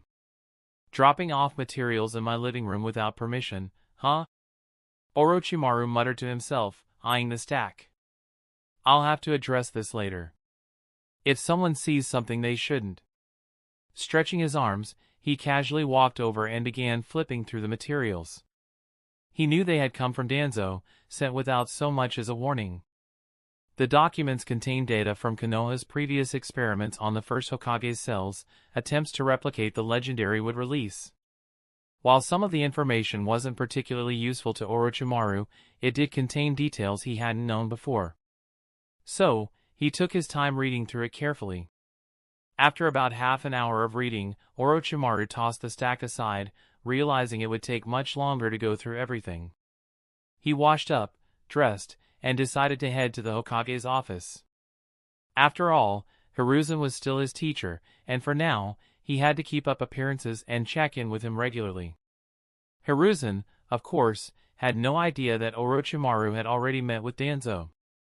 With no missions to undertake that day, Orochimaru spent his time wandering the village streets. Tsunade was off spending time with her younger brother, slowly recovering from the emotional toll of losing their family. Jiraiya, having accepted that his pursuit of Tsunade was hopeless, threw himself into training even harder. On days without missions, he'd often disappear to Mount Myaboku using reverse summoning, seeking solace in his training. This pattern continued for the next half-month. Then, late one evening, Orochimaru once again made his way to the headquarters of Root. When Orochimaru arrived, Danzo nodded in satisfaction. "Orochimaru, have you finished reviewing the materials I gave you?" "I've gone through them." "Good. Tell me, in your opinion, why did those experiments fail?"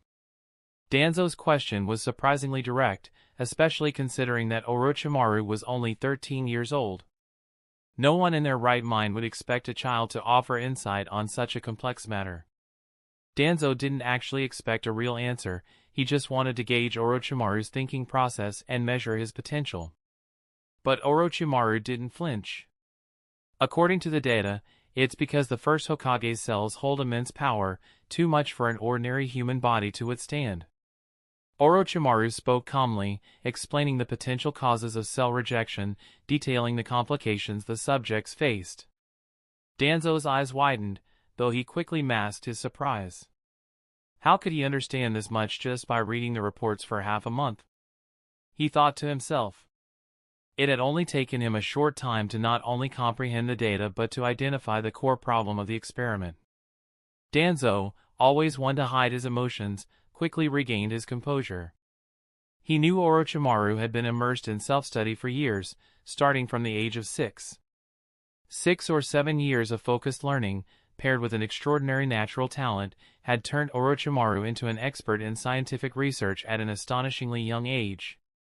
Calming himself, Danzo continued with his usual air of authority. "You've got keen insight, Orochimaru. But now that you've identified the problem, do you have a solution?" Though Danzo had asked, he doubted Orochimaru could answer. The question was even more difficult than the last. Still, Danzo couldn't help but feel that perhaps this boy might surprise him again. Orochimaru was unfazed. According to the data, there are 3 potential solutions. Danzo's heart skipped a beat. 3 solutions? He could hardly believe his ears. This kid's only been reading for half a month, and he's not only figured out the cause of the failure, but now he's suggesting solutions? "Go on," Danzo urged, doing his best to contain his rising curiosity. "The first method is to dilute the first Hokage's cells. By weakening their power, it could make them compatible with the average ninja's body." Danzo nodded thoughtfully.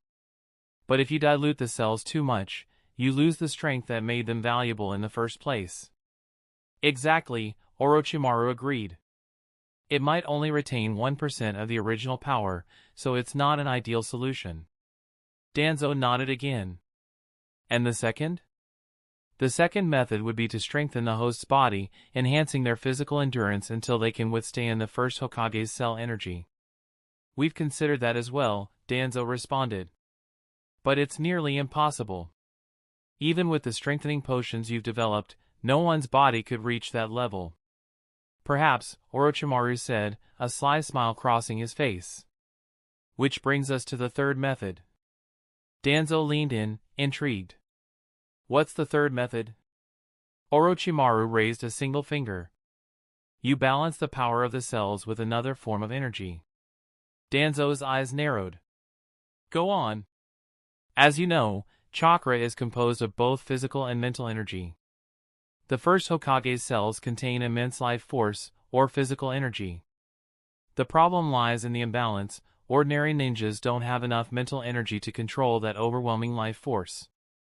Orochimaru paused for a moment, letting the idea sink in before continuing. If we were to implant a source of spiritual energy strong enough to match the power of the first Hokage's cells, they could balance each other out. The two forces could stabilize, creating a perfect equilibrium. Danzo was stunned. Orochimaru was suggesting something no one had even considered, a method to harness the immense power of the cells by balancing them with another source of energy. But, Orochimaru added, this method is extremely risky. Achieving and maintaining that balance would be incredibly difficult. One mistake, and the subject could die. Danzo's breath caught in his throat. Orochimaru, you're a genius.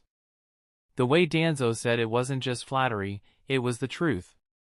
Orochimaru's understanding of the situation and his ability to think of such advanced solutions at his age was nothing short of extraordinary. Orochimaru smiled faintly. I'm glad my insights are helpful, Danzo-sama. Danzo, for his part, tried to mask his excitement. He had always known Orochimaru had potential, but this? This was far beyond what he had expected. Both men knew they were entering dangerous territory, but at the same time, each understood how much they stood to gain. In this game of mutual advantage, it would all come down to who could use the other more effectively. Danzo grinned. With your brilliance, Orochimaru, we'll be able to achieve great things, for Konoha, and for ourselves. Chapter 94. Konoha's researchers weren't ignorant. They had considered the first two methods Orochimaru had mentioned. Diluting the power of the first Hokage's cells was essentially useless, as it stripped away the very strength they sought to harness. Enhancing the physical body, while plausible in theory, was far too difficult. After all, the bloodline of a ninja set natural limits. Without a strong lineage, no amount of training could push someone to withstand such power. Even if the body were somehow enhanced, there would still be cell rejection. That's why the experiments were abandoned. But now, this third method Orochimaru proposed was something entirely new, something they hadn't even dared to think of. Danzo's initial impression of Orochimaru as a genius shifted slightly. Now, he began to see him as something else, a madman. Only someone with a truly radical mind would even suggest this kind of solution. The idea of balancing life energy with mental energy? It was dangerous. Both energies, if too strong, could destroy the human body. Too much life force would cause rapid cellular growth, leading to premature death. And too much mental energy would result in madness, a complete loss of one's sense of self. One force alone was perilous enough. But both? It wasn't that the Konoha researchers hadn't thought of it, it was that they hadn't dared to consider it. Yet now, hearing the idea from Orochimaru, Danzo was struck by a sense of clarity. Perhaps this seemingly reckless method could work. Two forces, equally powerful, constantly restraining and balancing each other. Could it be feasible? As Danzo pondered this, Orochimaru subtly lowered his head, the faintest trace of a smile tugging at the corners of his lips. It seems I've earned Danzo's trust, he thought to himself. To be honest, Orochimaru didn't know how the version of him from the original timeline had initially connected with Danzo, nor did he know exactly when they had first begun working together.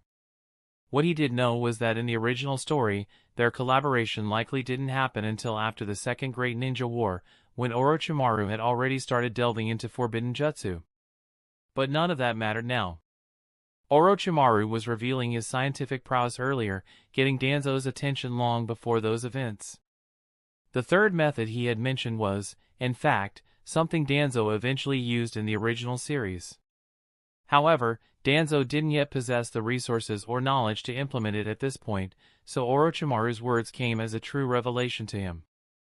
Of course, Orochimaru had other methods up his sleeve, ways far beyond what he was telling Danzo. Gene fusion, genetic modification, or even advanced genetic enhancement fluids could all unlock the power of the first Hokage's cells. But those were techniques Orochimaru wasn't willing to share just yet. Revealing everything would only diminish his leverage. The more cards he held, the more control he would have in this dangerous game. And Orochimaru was intent on keeping those cards close to his chest. The outcome of the meeting was inevitable. Danzo trusted Orochimaru now. Part of that trust was due to Orochimaru's obvious talent. The other part? Danzo's belief in his own ability to manipulate people, to bend them to his will. Orochimaru's youth was also a factor. Who would suspect that a 13-year-old could not only be a time traveler with vast knowledge but could also be more cunning than Danzo himself? Danzo brought Orochimaru deeper into the Root's inner workings, showing him the hidden facilities and introducing him to his operatives. The layout of Root wasn't as sparse as it appeared from the outside. There were training rooms, relaxation areas, workspaces, everything a secretive organization might need. They eventually arrived at the training hall, where the dim lighting barely illuminated the 30 or so Root operatives practicing within. Their movements were swift and precise, despite the low visibility. "Let me introduce you to someone," Danzo said, stopping abruptly. Though his voice was low, it carried a weight that made everyone in the room stop what they were doing. In an instant, all the ninjas dropped to one knee, bowing to Danzo in perfect unison. Orochimaru couldn't help but admire their discipline. No wonder Danzo was so fixated on power. The sheer authority he commanded was intoxicating. Satisfied with the response, Danzo addressed the group. "This is Orochimaru. From this day forward, he has the right to come and go as he pleases. You are to treat him as one of your own. Understood?" "Yes, Lord Danzo," the Root members responded in perfect harmony. Though some of them glanced at Orochimaru with curiosity or confusion, none of them questioned the order. Root operatives didn't question. They simply obeyed. Having finished his announcement, Danzo turned back to Orochimaru. "This will be your new home. I trust you'll get along with the others." "I understand," Orochimaru said quietly. He knew that by stepping into this world, he was becoming more deeply involved in Konoha's inner political struggles. Regardless of who would eventually win or lose, he doubted his own fate would be a peaceful one. But none of that mattered. What mattered was power. "Now, I'll have someone show you around so you can get familiar with the place," Danzo said, motioning to one of his subordinates. "Tomorrow, if there's no mission, I'll take you somewhere else." Orochimaru nodded but didn't ask where. He understood that in the world of ninja, such questions were unnecessary. Seeing Orochimaru's calm demeanor, Danzo nodded in approval and called over one of his operatives. "Gue, take Orochimaru around," Danzo ordered. "Yes, Lord Danzo." Gue, a short and thin ninja, stepped forward. He was even more slender than Orochimaru, and stood no taller than 165 centimeters. Like all Root members, Gue was silent, following orders without question. Orochimaru walked ahead, with Gue trailing behind him, saying nothing. Though Orochimaru was a well-kept secret within Konoha, Root ninjas weren't privy to that knowledge. As a result, Gue looked at Orochimaru with a mix of doubt and curiosity. He didn't understand why someone who appeared even younger than himself had earned such special treatment from Danzo. "Well, what is it?" Orochimaru suddenly stopped walking, turning to face Gue. Gue blinked in confusion. "What do you mean?" "You're called Gue, right?" Orochimaru asked, a slight smile on his face. "No, that's just my code name," Gue replied tersely. "What's your real name?" Orochimaru pressed. I don't have one," Gue answered simply. Orochimaru chuckled softly. "Ah, I see. Just as I expected. Show me your tongue, then." Gue looked startled. "My tongue?" Orochimaru nodded, still smiling. "Yes. Let me see it." Chapter 95, Orochimaru's sudden and strange request left Gue momentarily stunned. He couldn't quite process it. Why would Orochimaru want him to stick out his tongue? And while walking, no less? Did this kid have some odd hobby or quirk? But seeing how much Danzo seemed to favor Orochimaru, Gue didn't dare refuse outright. "Can I at least ask why?" Gue ventured cautiously. Though both root ninjas and the Hokage's ANBU were categorized as covert operatives, the truth was, their duties were different. Hokage's ANBU often handled missions targeting external threats, so while they wore masks to hide their identities during operations, they didn't have to be as secretive in their daily lives. When not on missions, they could be seen without their masks, walking openly in the village.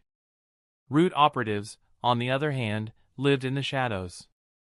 Most of them had no names, no families, and were expected to bury their emotions.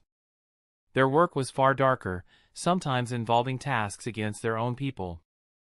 Their faces had to remain hidden even more meticulously than the Hokage's ANBU, as secrecy was paramount to Root's operations. Many had worked together for years without ever knowing what the other looked like under the mask. Orochimaru seemed to sense Gue's hesitation. "There's no particular reason, I just want to take a look." "You can remove half the mask, it's nothing serious." Gue remained unsure. "Don't worry," Orochimaru added, his voice calm yet unsettling. "If anyone questions you, you can put the blame on me. I'm sure Danzo-sama wouldn't hold it against you." There was something about Orochimaru's tone that left Gue even more perplexed. Was this kid really confident enough to take responsibility for whatever might happen? Was he really that trusted by Danzo? Or was it something else? Gue's thoughts swirled, but he knew better than to delay for too long. Orochimaru's request wasn't outrageous, just strange. And Gue didn't want to upset someone who seemed so close to Danzo. After a moment of hesitation, Gue nodded. "All right." He pulled down half of his mask and reluctantly stuck out his tongue. This bizarre request still had him on edge, but Orochimaru only glanced at his tongue for a second before turning away, satisfied. "Good. That's all I needed." Gue blinked, confused but relieved. He had half expected Orochimaru to ask something even stranger, but nothing happened. Orochimaru had just wanted to check, and that was it. Orochimaru, meanwhile, had confirmed his suspicions. "As I thought." He had suddenly stopped walking earlier because he recalled that root operatives eventually had a curse mark placed on their tongues, a seal that ensured they could never reveal root secrets. However, when Gue showed his tongue, it was clear that the mark hadn't been implemented yet. "So the curse mark hasn't been created yet," Orochimaru mused to himself. "Which means I'll likely be the one to develop it for Danzo in the future." Orochimaru smiled to himself. Everything was falling into place. The next morning dawned bright and sunny. The village of Konoha was alive with the usual sounds of laughter and bustling activity. After getting up and going through his usual morning routine, Orochimaru headed to the Hokage's office to report in. Despite his secret dealings with Danzo, he still kept up appearances as a loyal student of Hiruzen. And truthfully, Orochimaru didn't feel any guilt about working with Danzo. His loyalty wasn't rooted in personal attachments, it was in his desire for knowledge and power. As long as he wasn't directly betraying Sarutobi by trying to kill him, he saw no conflict. He simply wanted to get what he desired, whether that was from the Hokage or from Danzo. Today, as usual, there were no missions that particularly interested him. Orochimaru had some pharmaceutical business dealings with smaller countries and was hoping for an overseas mission. Even though he had recently secured more resources through his partnership with Danzo, money was still something he could never have too much of. "Orochimaru, about your earlier potion, there seem to be no side effects," Hiruzen remarked as they discussed the mission roster. Orochimaru nodded. "Yes, sensei. I've tested it extensively. No side effects have appeared." It had been about a month since the initial field tests of the genetic enhancement potion. Given that potions designed to boost combat effectiveness usually showed side effects within hours, this potion had passed the test of time. "Well," the third Hokage continued, "the results have been promising. Can this potion be mass-produced?" There was no hesitation in Hiruzen's voice. He wasn't asking out of curiosity, he was making it clear that the village needed this potion. Orochimaru hesitated for a moment, feigning difficulty. It's possible, but not easy. The process is far more complex than the recovery potion we developed before. Oh? Hiruzen asked, his interest piqued. What's the main issue? Orochimaru had already prepared for this. First, the production process itself is far more complicated. It requires more precision than the recovery potions. Hiruzen nodded thoughtfully. And the second? The medicinal ingredients are rare, Orochimaru explained. The batch we created was only possible because of a few rare materials we found during that mission. But as of now, no one has been able to locate more. The Hokage rubbed his chin. Why are these ingredients so rare? Orochimaru reached into his pouch and pulled out the two materials he had prepared in advance. One was a dried plant, and the other was the desiccated remains of an animal. These are the two key ingredients, he explained. One is a rare plant, and the other comes from a specific species. Both are incredibly hard to find. Hiruzen examined them carefully. That shouldn't be a problem. If you tell me where you found these, I can send someone to locate more. On Taro Island, to the south, Orochimaru answered smoothly. Taro Island, located to the south of the Land of Fire, was known for its rare medicinal herbs. The ninjas living there referred to themselves as merchant ninjas, specializing in collecting and trading rare ingredients. It wasn't unheard of for Konoha ninjas to pass through the area on missions. Sarutobi nodded. I see. Well, how many doses do we have right now? About 50, Orochimaru replied. 50?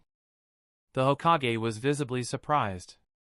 He had been expecting far fewer, maybe 5 at most. But 50? That was an incredible quantity for something so rare. Hiruzen, always measured in his emotions, couldn't help but show a flicker of excitement.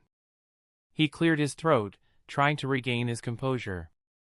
Orochimaru, you've contributed greatly to the village, the Hokage said solemnly. He reached under his desk and pulled out a box. You deserve this 10 million ryo. He pushed the money box across the table toward Orochimaru. He accepted the box with a quiet nod. Thank you, sensei.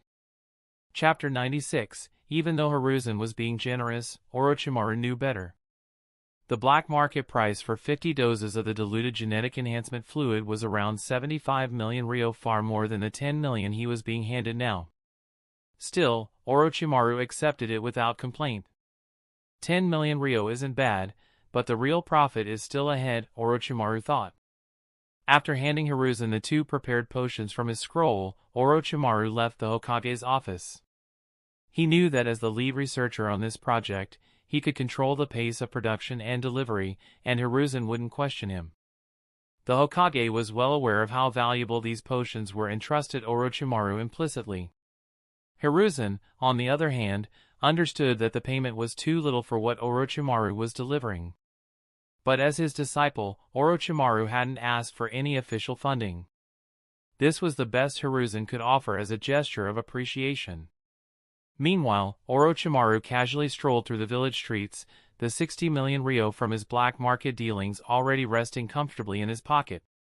He couldn't help but marvel at how easily he was able to make money. Other ninjas take on dangerous missions for mere tens of thousands or, at best, a few million ryo. Meanwhile, I can earn tens of millions with minimal effort. If this were the modern world, Orochimaru thought with a smirk, it would be the ultimate rags to riches story. The weakened versions of his genetic enhancement and healing fluids were already popular, but if he introduced something more powerful, like the gene fusion fluid, the entire ninja world would be thrown into chaos. After all, gene fusion could theoretically create someone with the power of the first Hokage.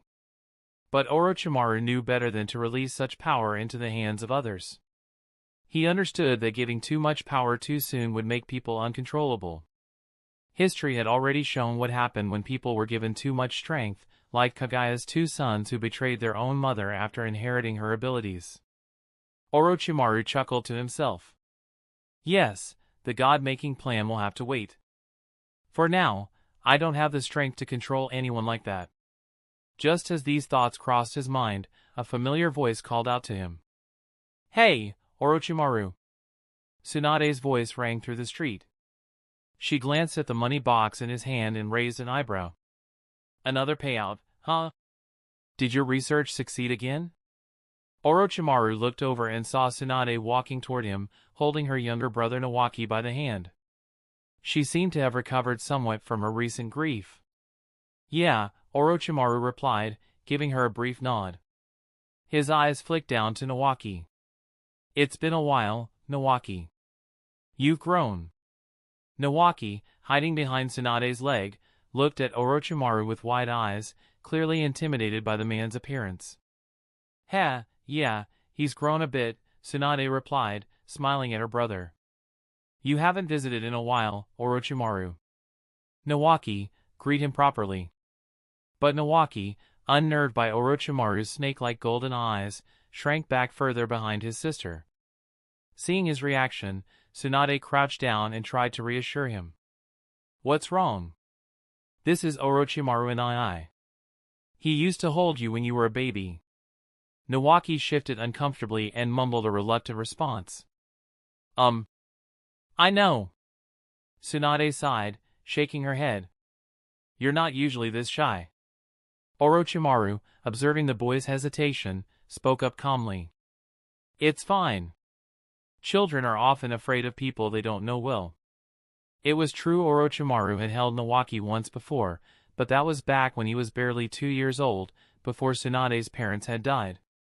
Since then, they hadn't interacted much. Nawaki, a bit embarrassed, puffed up his chest and muttered defiantly, "I'm not afraid. I'm just curious." Tsunade raised an eyebrow. "Curious? About what?" The boy hesitated for a moment before blurting out, "Why are his eyes like that?" "They're kinda scary." The bluntness of his words caused Tsunade's face to flush with embarrassment. She quickly waved her hands in apology. "I'm sorry, Orochimaru. He doesn't mean any harm. He's just a kid." But Orochimaru waved it off with a small smile. "No offense taken. Children often say what's on their minds."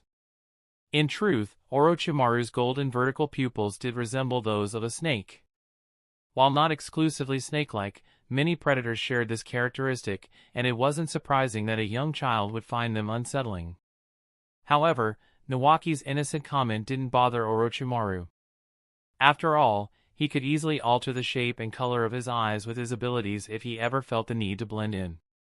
But he didn't bother. There was no point in hiding who he was. "I bet if you gave me something to eat, I wouldn't be afraid anymore," Nawaki said suddenly, perking up at the mention of food. Before he could finish, Tsunade placed a firm hand on his head. "Nawaki, what did I tell you about manners? You can't just ask people for food like that." "But sister," Nawaki protested, looking up at her with wide eyes. "Isn't Orochimaru and I your boyfriend? We're family, right?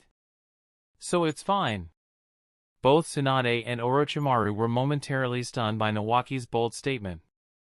Tsunade's cheeks turned red as she tried to find words, and Orochimaru blinked, mildly surprised. "Haha, you sure know a lot for your age," Orochimaru finally said with a laugh. "Come on then, I'll treat you to some dango." "Really?" Nawaki's eyes lit up with excitement. "Of course," Orochimaru replied, turning on his heel. "Follow me if you want to eat." Without a second thought, Nawaki eagerly followed Orochimaru, leaving a flustered Tsunade standing there. After a moment, she let out a small laugh and trailed after them, smiling at the sight of her little brother's happiness. At the dango shop in Konoha, Nawaki was happily devouring the sweet and savory treats while Tsunade and Orochimaru sat nearby. As Nawaki focused on his food, Orochimaru reached into his ninja pouch and pulled out 2 vials of green liquid. "Here," he said, passing them to Tsunade. "This is the result of my latest research. One for you, and one for Jiraiya." "Huh? For us?" Tsunade blinked in surprise, holding the vials up to the light. "Yeah," Orochimaru confirmed. "It's a formula that increases chakra capacity." Tsunade's eyes widened. Wow, that's incredible. How do we use it? Just drink it, Orochimaru replied simply. Tsunade was never one to hesitate. She was about to uncork the vial and drink it right then and there, but Orochimaru quickly stopped her. Not here, he said firmly. Why not? She asked, confused. You'll see when you get home, Orochimaru answered cryptically, not bothering to elaborate. Tsunade gave him a curious look but decided to trust him. After finishing up their meal, the three parted ways. Orochimaru went off to continue his own errands, while Tsunade returned to the Senju clan's residence, still wondering why Orochimaru had warned her about drinking the potion in public. 10 minutes later, Tsunade found out exactly why. The moment she drank the potion back at home, she was overwhelmed by the pungent, foul odor that emanated from her body as the potion took effect. Ugh, this smell. Tsunade gagged, rushing toward the bathroom. No wonder he told me not to drink it at the Dango shop. I would have cleared the place out. The stench was unbearable. If she had taken the potion in the shop, the owner might have thrown her out on the spot. After the potion's effect settled, Tsunade didn't bother to check her chakra levels immediately.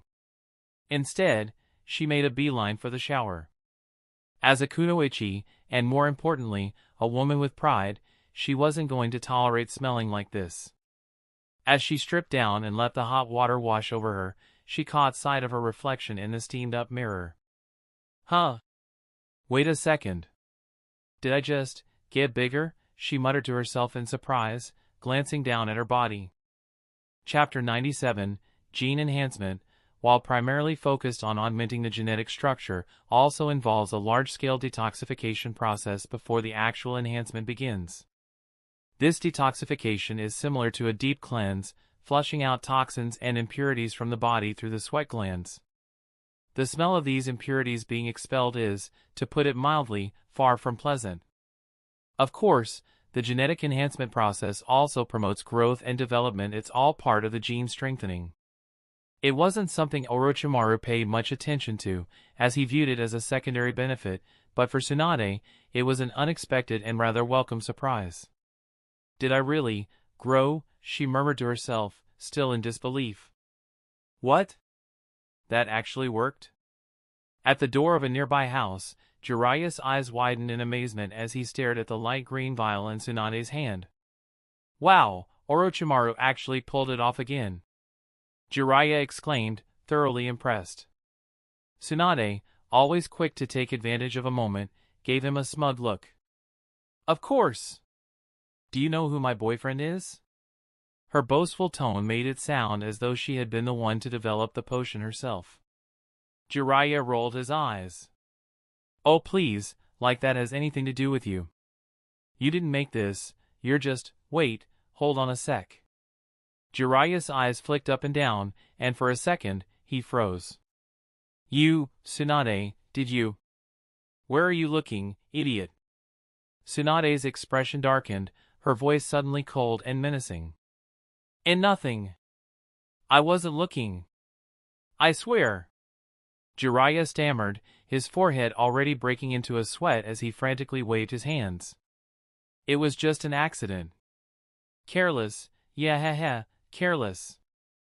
Tsunade was still dressed conservatively, but the fierce look in her eyes was more than enough to make Jiraiya back down. He knew better than to push his luck when Orochimaru wasn't around to potentially intervene. Tsunade had no problem sending him flying with a single punch. Fine, I'll let it go this time, Tsunade said, rolling her eyes but handing him the vial. Here, this is for you. Jiraiya, not wanting to press his luck, quickly took the potion from her. He held it up to the light, squinting as he examined the strange liquid. This stuff is supposed to increase chakra, right? Are we sure it doesn't have, any side effects? Jiraiya asked, his skepticism evident. What if it kills me? Kills you? Are you serious? Tsunade scowled. Orochimaru gave it to you out of the goodness of his heart, and you're questioning him? Fine, if you're scared of it, give it back. No, I'm not scared. Jiraiya quickly pulled the potion closer to his chest, afraid Tsunade might take it back. I'm just making sure. Thanks for bringing it by, Tsunade. See you tomorrow. With that, Jiraiya practically slammed the door of his home shut, not wanting to give her any more chances to throw a punch his way. For all his bravado, he wasn't stupid. He knew better than to provoke Tsunade when she was already in a good mood. Leaning back against the door, Jiraiya stared at the vial in his hand. He might have been acting overly cautious in front of Tsunade, but deep down, he trusted Orochimaru's work. After all, if this potion really could boost chakra, it would help him immensely with his Sage Mode training. Jiraiya's grin widened. If this worked, he'd be able to master his techniques even faster. Meanwhile, outside, Tsunade stood in silence for a moment, staring at the closed door. A thought crossed her mind, one she couldn't quite shake. This potion promotes growth and development. Does Orochimaru think I'm too small? Is that why he gave it to me? She blinked, her cheeks flushing slightly. No, that can't be, right? Time passed, and soon night had fallen over Konoha. The bright moon hung low over the village, casting its pale light across the rooftops and streets. Far from the village's center, in a remote part of Konoha, a small stone gate stood hidden away. Several masked root ninjas stood guard near the entrance. Inside the stone gate, two figures spoke in hushed voices. Orochimaru, completely unaware of Tsunade's overthinking, was far more captivated by what lay in front of him, a massive laboratory filled with advanced equipment. This is the laboratory where the previous experiments were conducted, Danzo said, his voice calm and measured. I've had it cleaned up for you. Let me know if there's anything else you need, and I'll have it brought here. Danzo knew he had to show sincerity if he wanted to keep Orochimaru on his side. If Orochimaru was going to help him, the least he could do was provide him with the proper tools and resources. Orochimaru glanced around, inspecting the vast lab. It was filled with various experimental chambers and equipment, everything he needed for his research. I was thinking I'd have to build something myself, Orochimaru mused, but with this space, I could easily carve out 2 secret rooms in here without Danzo ever noticing. Danzo rarely visited the lab himself, so the risk of discovery was minimal. The equipment is mostly sufficient, but there are a few things missing, Orochimaru said after completing his inspection. He walked over to a nearby workbench, picked up a pen and paper, and quickly jotted down a list of additional supplies he would need. Have them get these for me, Orochimaru said, handing the list to Danzo. Danzo glanced at the paper and nodded. Consider it done. But I need to ask, when can you start the experiment? Patience, Danzo-sama, Orochimaru replied smoothly. Scientific research takes time. Rushing it will only lead to mistakes. However, if the materials are gathered soon, I can give it a trial run. Danzo nodded again, accepting the explanation. After briefly discussing the research in more detail, Danzo handed Orochimaru a scroll from within his robes. No matter what it takes, Orochimaru, you must succeed in bringing wood release back to the world. Take this, it should help. I'll leave you to it. Orochimaru accepted the scroll, watching as Danzo left the laboratory.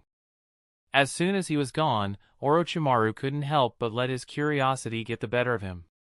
Opening the scroll, a small cloud of white smoke puffed out, revealing a large, transparent glass container filled with an antiseptic solution. Floating inside the solution was a piece of flesh, no ordinary tissue, but a chunk of cells radiating an immense amount of life energy. Orochimaru's eyes gleamed. Heh, just as I thought. The next morning, Tsunade made her way to Orochimaru's house, knocking on the door with force. Orochimaru. You there? Now that she was a Chunin, Tsunade had more missions to deal with, and on days when she had a task, her younger brother, Nawaki, was often left in the care of a nanny hired by the third Hokage. Today, however, she had some free time and was feeling restless. When there was no response after the first few knocks, Tsunade knocked again. Thud thud thud. Still no answer. What's this guy doing? Tsunade muttered to herself, furrowing her brow. Without thinking twice, she jumped over the wall surrounding Orochimaru's house with ease, making her way quietly toward the house. She passed through the yard, the living room, and finally came to the bedroom. Still asleep? Seeing Orochimaru's figure lying on the bed, she was a bit surprised. It was already almost 10 a.m., and he was still in bed? That was completely unlike him. Orochimaru was usually up early, and his senses were always sharp. He never let his guard down, even when sleeping. Frowning, Tsunade approached the bed. She raised her hand to wake him, but as she reached out, she noticed something odd. Is it just me, or does he look good when he's sleeping? She thought. Of course, my boyfriend looks great even when he sleeps, Tsunade muttered to herself before reaching out. Hey, Orochimaru, wake up. Let's head out together. Poof! The moment her hand touched the figure on the bed, Orochimaru vanished in a puff of white smoke. What the? A shadow clone? Chapter 98. Tsunade stood in Orochimaru's room, slightly confused. Why would he leave a shadow clone to sleep in his bed? Before she could make sense of the situation, Orochimaru's voice came from behind her, startling her. Tsunade? Why are you in my room? Ah! Orochimaru. Tsunade spun around, trying to hide her guilt. When did you come in from outside? I had to step out for something, Orochimaru replied casually. Then why leave a shadow clone in your bed? She asked, still confused. It's just a habit, Orochimaru said with a dismissive wave of his hand. He quickly changed the subject. Anyway, what do you need from me? Orochimaru had a way of steering conversations away from anything that might expose too much. His relationship with Tsunade was close, perhaps too close sometimes. If he hadn't returned in time, she might have discovered more than just a clone. Last night had been an important night for Orochimaru. He had successfully started working with the first Hokage's cells. While he hadn't fully perfected the process yet, the progress he made in just one night was astounding. Decomposing, isolating, and fusing the cells was a huge breakthrough. Tsunade, still slightly perplexed, shrugged off the strange situation. I've been feeling a bit bored lately. I thought maybe we could do a mission together. Sorry, I can't. I need to rest today, Orochimaru said, stretching his arms. Plus, I have to finish making the last of the potions tonight. Oh, okay. Tsunade nodded, understanding. She knew Orochimaru's research was important and that their team's mission schedule often revolved around his projects. Suddenly, Tsunade's mood lightened. Hey, Orochimaru, have you noticed anything different about me today? Different? Orochimaru looked at her with mild curiosity, scanning her from head to toe. She was wearing her usual green top, blue belt, and mesh-edged shorts. Did you get new clothes? Nope, Tsunade said with a grin. Changed your hairstyle? Wrong again. She spun around playfully and puffed out her chest slightly. It's so obvious. Can't you see it? Orochimaru's eyes narrowed for a moment before a faint smile formed on his lips. Ah, I see now. Haha, I get it. You've grown a bit, haven't you? Tsunade's face lit up. Exactly. It's thanks to that enhancement potion you made, isn't it? Orochimaru nodded, though he didn't show much excitement. It seems so. The potion promotes overall growth and development alongside its primary function. It wasn't my main focus, but it's a nice side effect. Tsunade pouted slightly. Did you think I was too small before? Is that why you developed the potion? Orochimaru smirked. No, you're overthinking it. Really? Are you sure? You've asked me that at least 8 times now, Orochimaru said, raising an eyebrow. Aren't you tired of it yet? Tsunade laughed, clearly in a playful mood. Hee hee, I know I guessed wrong, but, as my boyfriend, wouldn't you like to test it out? Test it out? Orochimaru's face remained stoic, though inwardly, he couldn't help but find Tsunade's behavior amusing. Tsunade, eager to show off her improvement, was clearly trying to provoke a reaction. Orochimaru, however, had little interest in engaging with her teasing. Instead, he turned around, walked to the bed, and lay down, pulling the blanket over himself as if he hadn't heard her. Tsunade blinked in disbelief.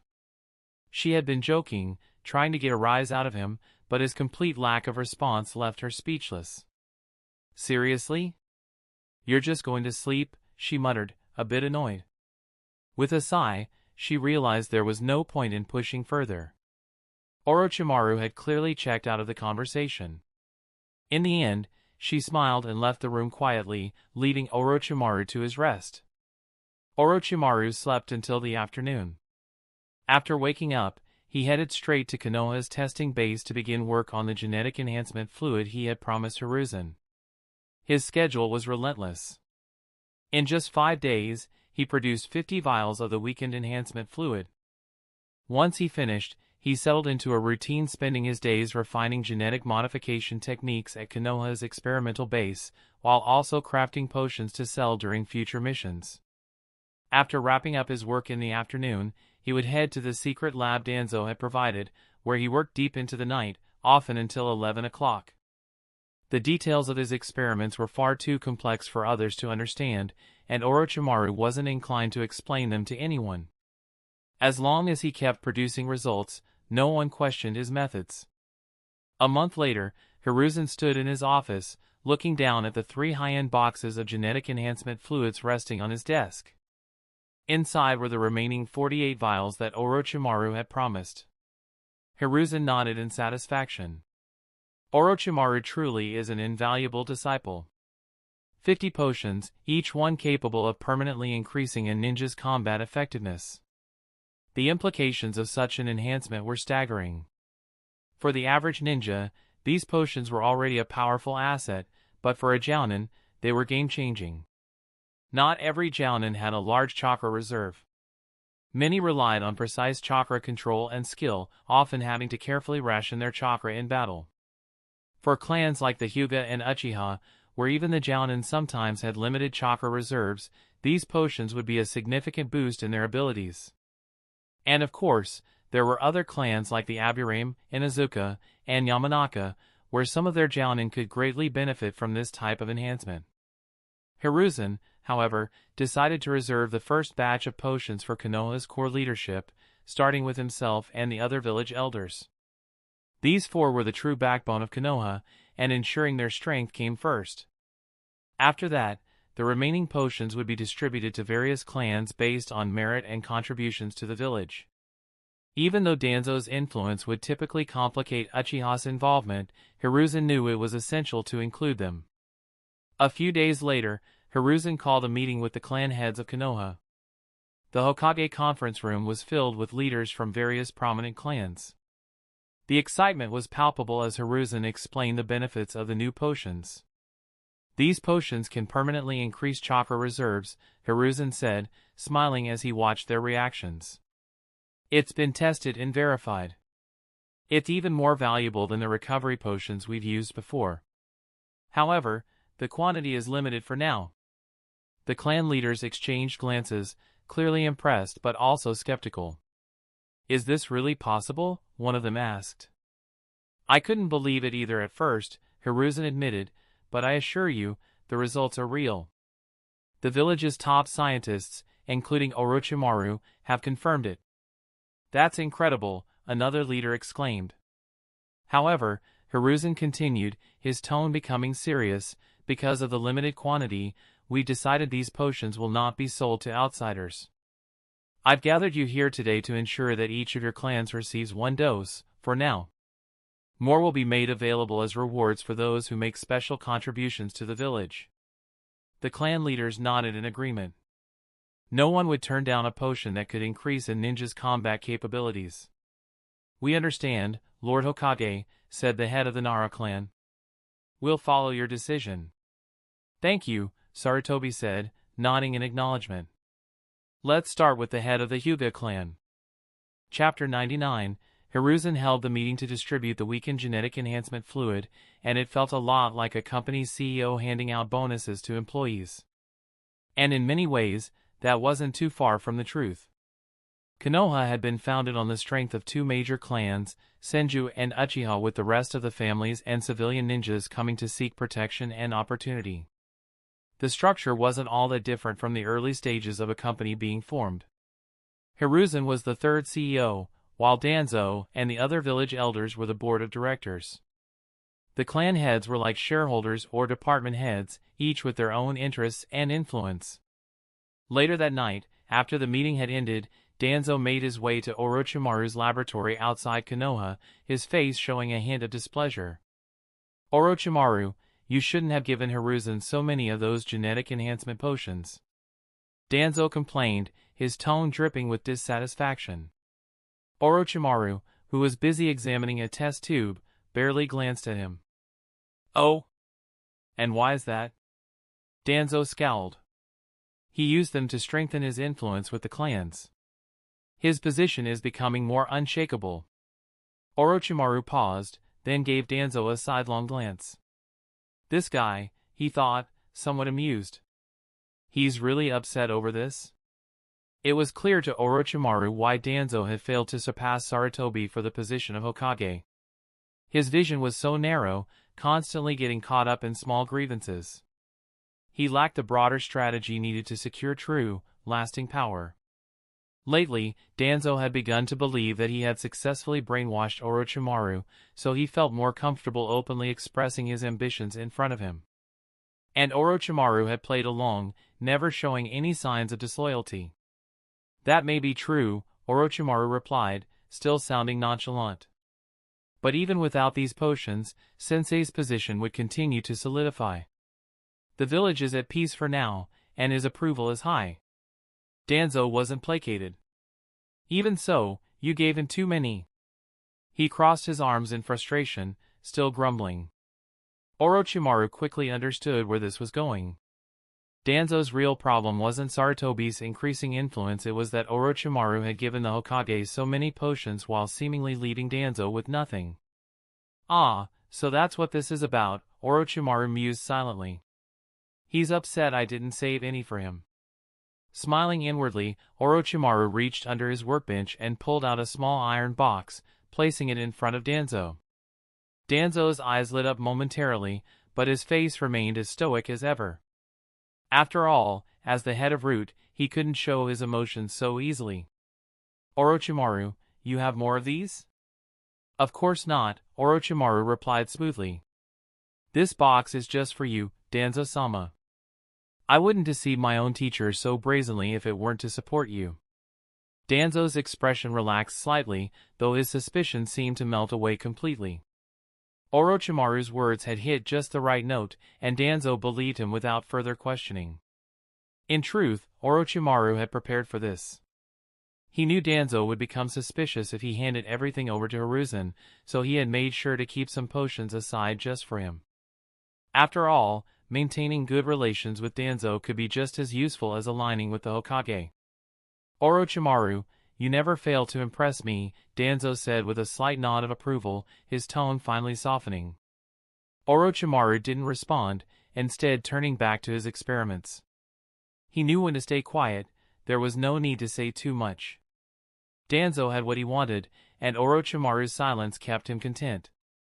Danzo, satisfied with his share, opened the iron box and found 5 bottles of the genetic enhancement fluid inside. It wasn't as much as Hiruzen had received, but it was more than enough for his purposes. Without another word, Danzo took the box and left the laboratory, his mood considerably improved. As soon as the door shut behind him, Orochimaru allowed himself a small, amused smile. "He's treating those defective potions like treasure," Orochimaru thought with a chuckle. "It's almost entertaining." In reality, the potions he'd given to Danzo were of lower quality, defective batches that wouldn't work as well as the ones Hiruzen received. But Danzo didn't know that, and he was content with what he'd been given. For Orochimaru, the advantages of aligning with Danzo far outweighed the risks. While Hiruzen was Konoha's official leader, Danzo was the shadow lurking behind the scenes. And one day, Danzo might even grant Orochimaru access to something as valuable as the Scroll of Seals. The potions themselves didn't matter much to Orochimaru. They were defects of the weakened versions that only worked on the first dose and didn't hold any personal value to him beyond their use as a tool for negotiation. Still, it amused him to see how much weight Danzo and the others placed on something that Orochimaru had already moved past. Time passed as Orochimaru continued his research. Konoha gathered statistics on the effectiveness of the genetic enhancement fluids, and the results were generally favorable. The chakra increase varied from 20% to 100%, though there were some fluctuations depending on the individual. Orochimaru had already expected this and offered a logical explanation for the variance. The more someone's chakra increases, the weaker their genetic structure was to begin with. Conversely, those who experience a smaller increase had better genes to begin with. It was a reasonable explanation, and the village accepted it without issue. However, not everyone was pleased. Tsunade, for instance, had her chakra increase by 40%, while Jiraiya's increase was only around 30%. This discrepancy drove her mad. Does this mean Jiraiya's genes are better than mine? Tsunade had complained to Orochimaru, clearly frustrated. Orochimaru had to suppress a sigh. Really? This again? In reality, the potions he given to both Tsunade and Jiraiya were the best quality ones he had. His own chakra increase was 50%, and he hadn't complained. Tsunade's 40% boost was actually among the best in Konoha, but she seemed hung up on the idea that Jiraiya's results meant something about their genetic superiority. Still, Orochimaru didn't care too much about the complaints. He was already working on something far more advanced. His personal experiments with the first Hokage's cells were going well, and he was confident that his own genetic enhancements would soon far surpass anything he had distributed so far. Months passed, and soon, half a year had flown by. One afternoon, in a secret experimental base located 5 kilometers outside of Konoha, Orochimaru stood before a small cage, a satisfied smile on his face. Inside the cage was a white mouse, which he had been experimenting on for weeks. "All right, show me what you can do," Orochimaru said, his voice calm but expectant. The mouse seemed to understand his command. It stood upright on its hind legs, put its front paws together, then stretched out one paw suddenly. Whoosh! A small wooden splinter, no bigger than a chopstick, shot out from the mouse's paw. Finally, Orochimaru whispered, a smile spreading across his face. Would release. A system notification rang in his mind. Ding, the genetic modification experiment was successful. Technology at this stage, cloning technology. The next stage of technology, advanced genetic enhancement fluid. Haha, it's finally done. Orochimaru laughed softly to himself, watching the mouse carefully. Although it had only produced a small piece of wood, it would release a testament to the success of the genetic modification. For this particular experiment, Orochimaru had opted to use mice as his test subjects. Since the purpose was simply to unlock the next stage of technology, he didn't need to perform the modifications on humans. Mice had shorter life cycles and grew faster, making them ideal for testing. Out of the 102 mice he had used in the experiment, only one had survived to adulthood and successfully demonstrated the ability to use wood release. While the success rate was low, one survivor was enough for Orochimaru's purposes. With this experiment completed, the cloning technology was unlocked, and more importantly, the advanced genetic enhancement fluid was now within reach. Chapter 100, Orochimaru had been puzzled before. Why was the first technology he unlocked a basic gene enhancement solution instead of something simpler and more basic, like a gene repair solution? Now it all made sense. The system worked in a way that catered to his desires. Whatever technology he needed, the system would place that technology or a prerequisite for it alongside his current one. The moment he unlocked the existing technology, the next would naturally follow. This process was driven by what Orochimaru needed most at the time. For instance, when he sought to obtain the Sage Body, the system's first response was to give him the basic gene enhancement fluid. Why? Because the primary enhancement was the foundation required to obtain that level of physical ability. Now, Orochimaru wanted to create an advanced genetic enhancement fluid, so after mastering the intermediate enhancement fluid, his current task of genetic modification was the key to unlocking the next stage and even more potent enhancement formula. Why was he so focused on this? The answer lay in the first Hokage's cells he had recently fused with. Without a body enhanced to a high level, the full power of the first Hokage's would release couldn't be accessed. All Orochimaru could manage right now were weaker versions of the legendary jutsu. This was the problem Orochimaru encountered after merging with the first Hokage's DNA. And as a researcher, how could he leave such an issue unresolved? Naturally, he needed to move forward and unlock the advanced genetic enhancement fluid to push his body to its limits and fully unleash the first Hokage's abilities. However, the next step required cloning technology to be completed first. And this is where Orochimaru encountered a slight annoyance. Cloning was a straightforward process, copying someone exactly as they were, down to the smallest detail. But the system required him to clone a person for the experiment to be deemed successful. It didn't matter who he chose to clone, but it had to be a person. Cloning, as everyone knew, was about replicating the original person.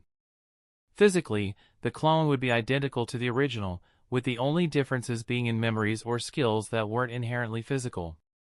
The challenge now was, who would Orochimaru clone?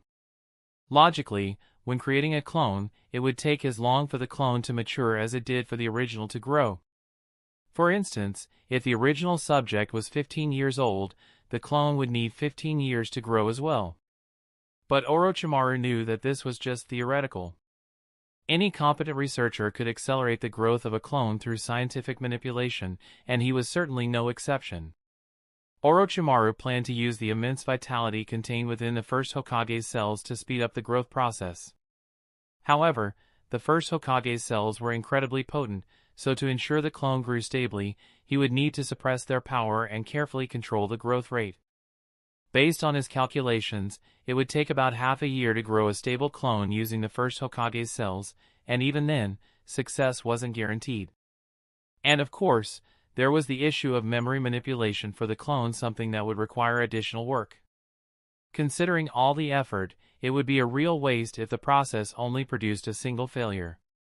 Therefore, Orochimaru needed to choose the perfect candidate for cloning. Clone myself, he thought. Absolutely not. Although he met all the criteria physically, Orochimaru's ambition and vision went far beyond being a mere mass-produced version of himself. As a true scientist and leader, he aimed to be the mastermind pulling the strings, not the subject of replication. So, the candidate for cloning had to be someone else. Someone who wouldn't disrupt his plans or feel too personal. Imagine seeing multiple clones of Jiraiya walking around. Orochimaru grimaced at the thought. That would be the stuff of nightmares. But who would make the perfect clone? Orochimaru pondered the question for a long time. He couldn't come up with anyone immediately, so he decided to return to Konoha first and think it over. But before that, he crushed the transformed rats he had experimented on, making sure Danzo never learned of the full extent of his progress. Konoha, a place Orochimaru knew too well, felt almost mundane as he wandered through the streets. Despite the fact that he, Tsunade, and Jiraiya had made quite a name for themselves during their Chunin exams, half a year had passed, and it seemed people had already forgotten about them. The three young shinobi weren't ones for excessive public attention, especially Orochimaru, who kept a low profile. Walking through the village, Orochimaru continued to mull over who would make the best subject for his cloning experiment. If worst came to worst, he could always pick someone at random. With his current level of skill, even an ordinary genin could be turned into a formidable force. Strengthen their genes, fuse them with superior traits, and clone the enhanced version. It would be a simple process, really. The more he thought about it, the more feasible the idea seemed. Orochimaru, how is the experiment progressing? The moment he entered the headquarters of Root, Danzo's voice greeted him. There was a sharp edge to it, almost desperate. Wood release was too important to Danzo, and he couldn't afford to be patient. Orochimaru responded casually, cell cultivation takes time. I've hit a bit of a bottleneck, so I thought I'd go for a walk and maybe get some inspiration. You think walking around will bring you inspiration here? Danzo asked, his tone calm but clearly skeptical. Orochimaru shrugged nonchalantly. Who knows? Sometimes stretching your legs helps clear the mind. Danzo gave him a steady look, as if weighing Orochimaru's words. He knew Orochimaru wasn't someone to openly disrespect him, but at the same time, the younger shinobi never showed the kind of subservience Danzo expected from his subordinates. That imbalance in their relationship always grated on him, but what choice did he have? Too much of his current plan hinged on Orochimaru's success. Are you looking for a sparring match? Danzo asked, catching on to Orochimaru's vague request. Something like that, Orochimaru replied, his voice still light. I've been here for a while, and I haven't had the chance to test the strength of your subordinates. Danzo nodded slightly. Very well. Let's see if your skills have deteriorated. He led Orochimaru deeper into the root headquarters. They entered the training room, where 40 to 50 masked operatives were training. Danzo gestured toward the group. Pick anyone you'd like as your opponent. Orochimaru glanced around the room quickly, then pointed to 3 individuals. You, and you, His eyes stopped on a small girl with brown hair and glasses. Why is there a little girl here? He asked curiously. She's my latest recruit, Danzo said, his tone still measured. Just completed her basic training. Is that so? Orochimaru asked, his interest piqued. He looked the girl over, something about her standing out in his mind. What's her name? No, Danzo replied. Orochimaru's eyes narrowed slightly as something clicked in his mind. So, this is where it starts.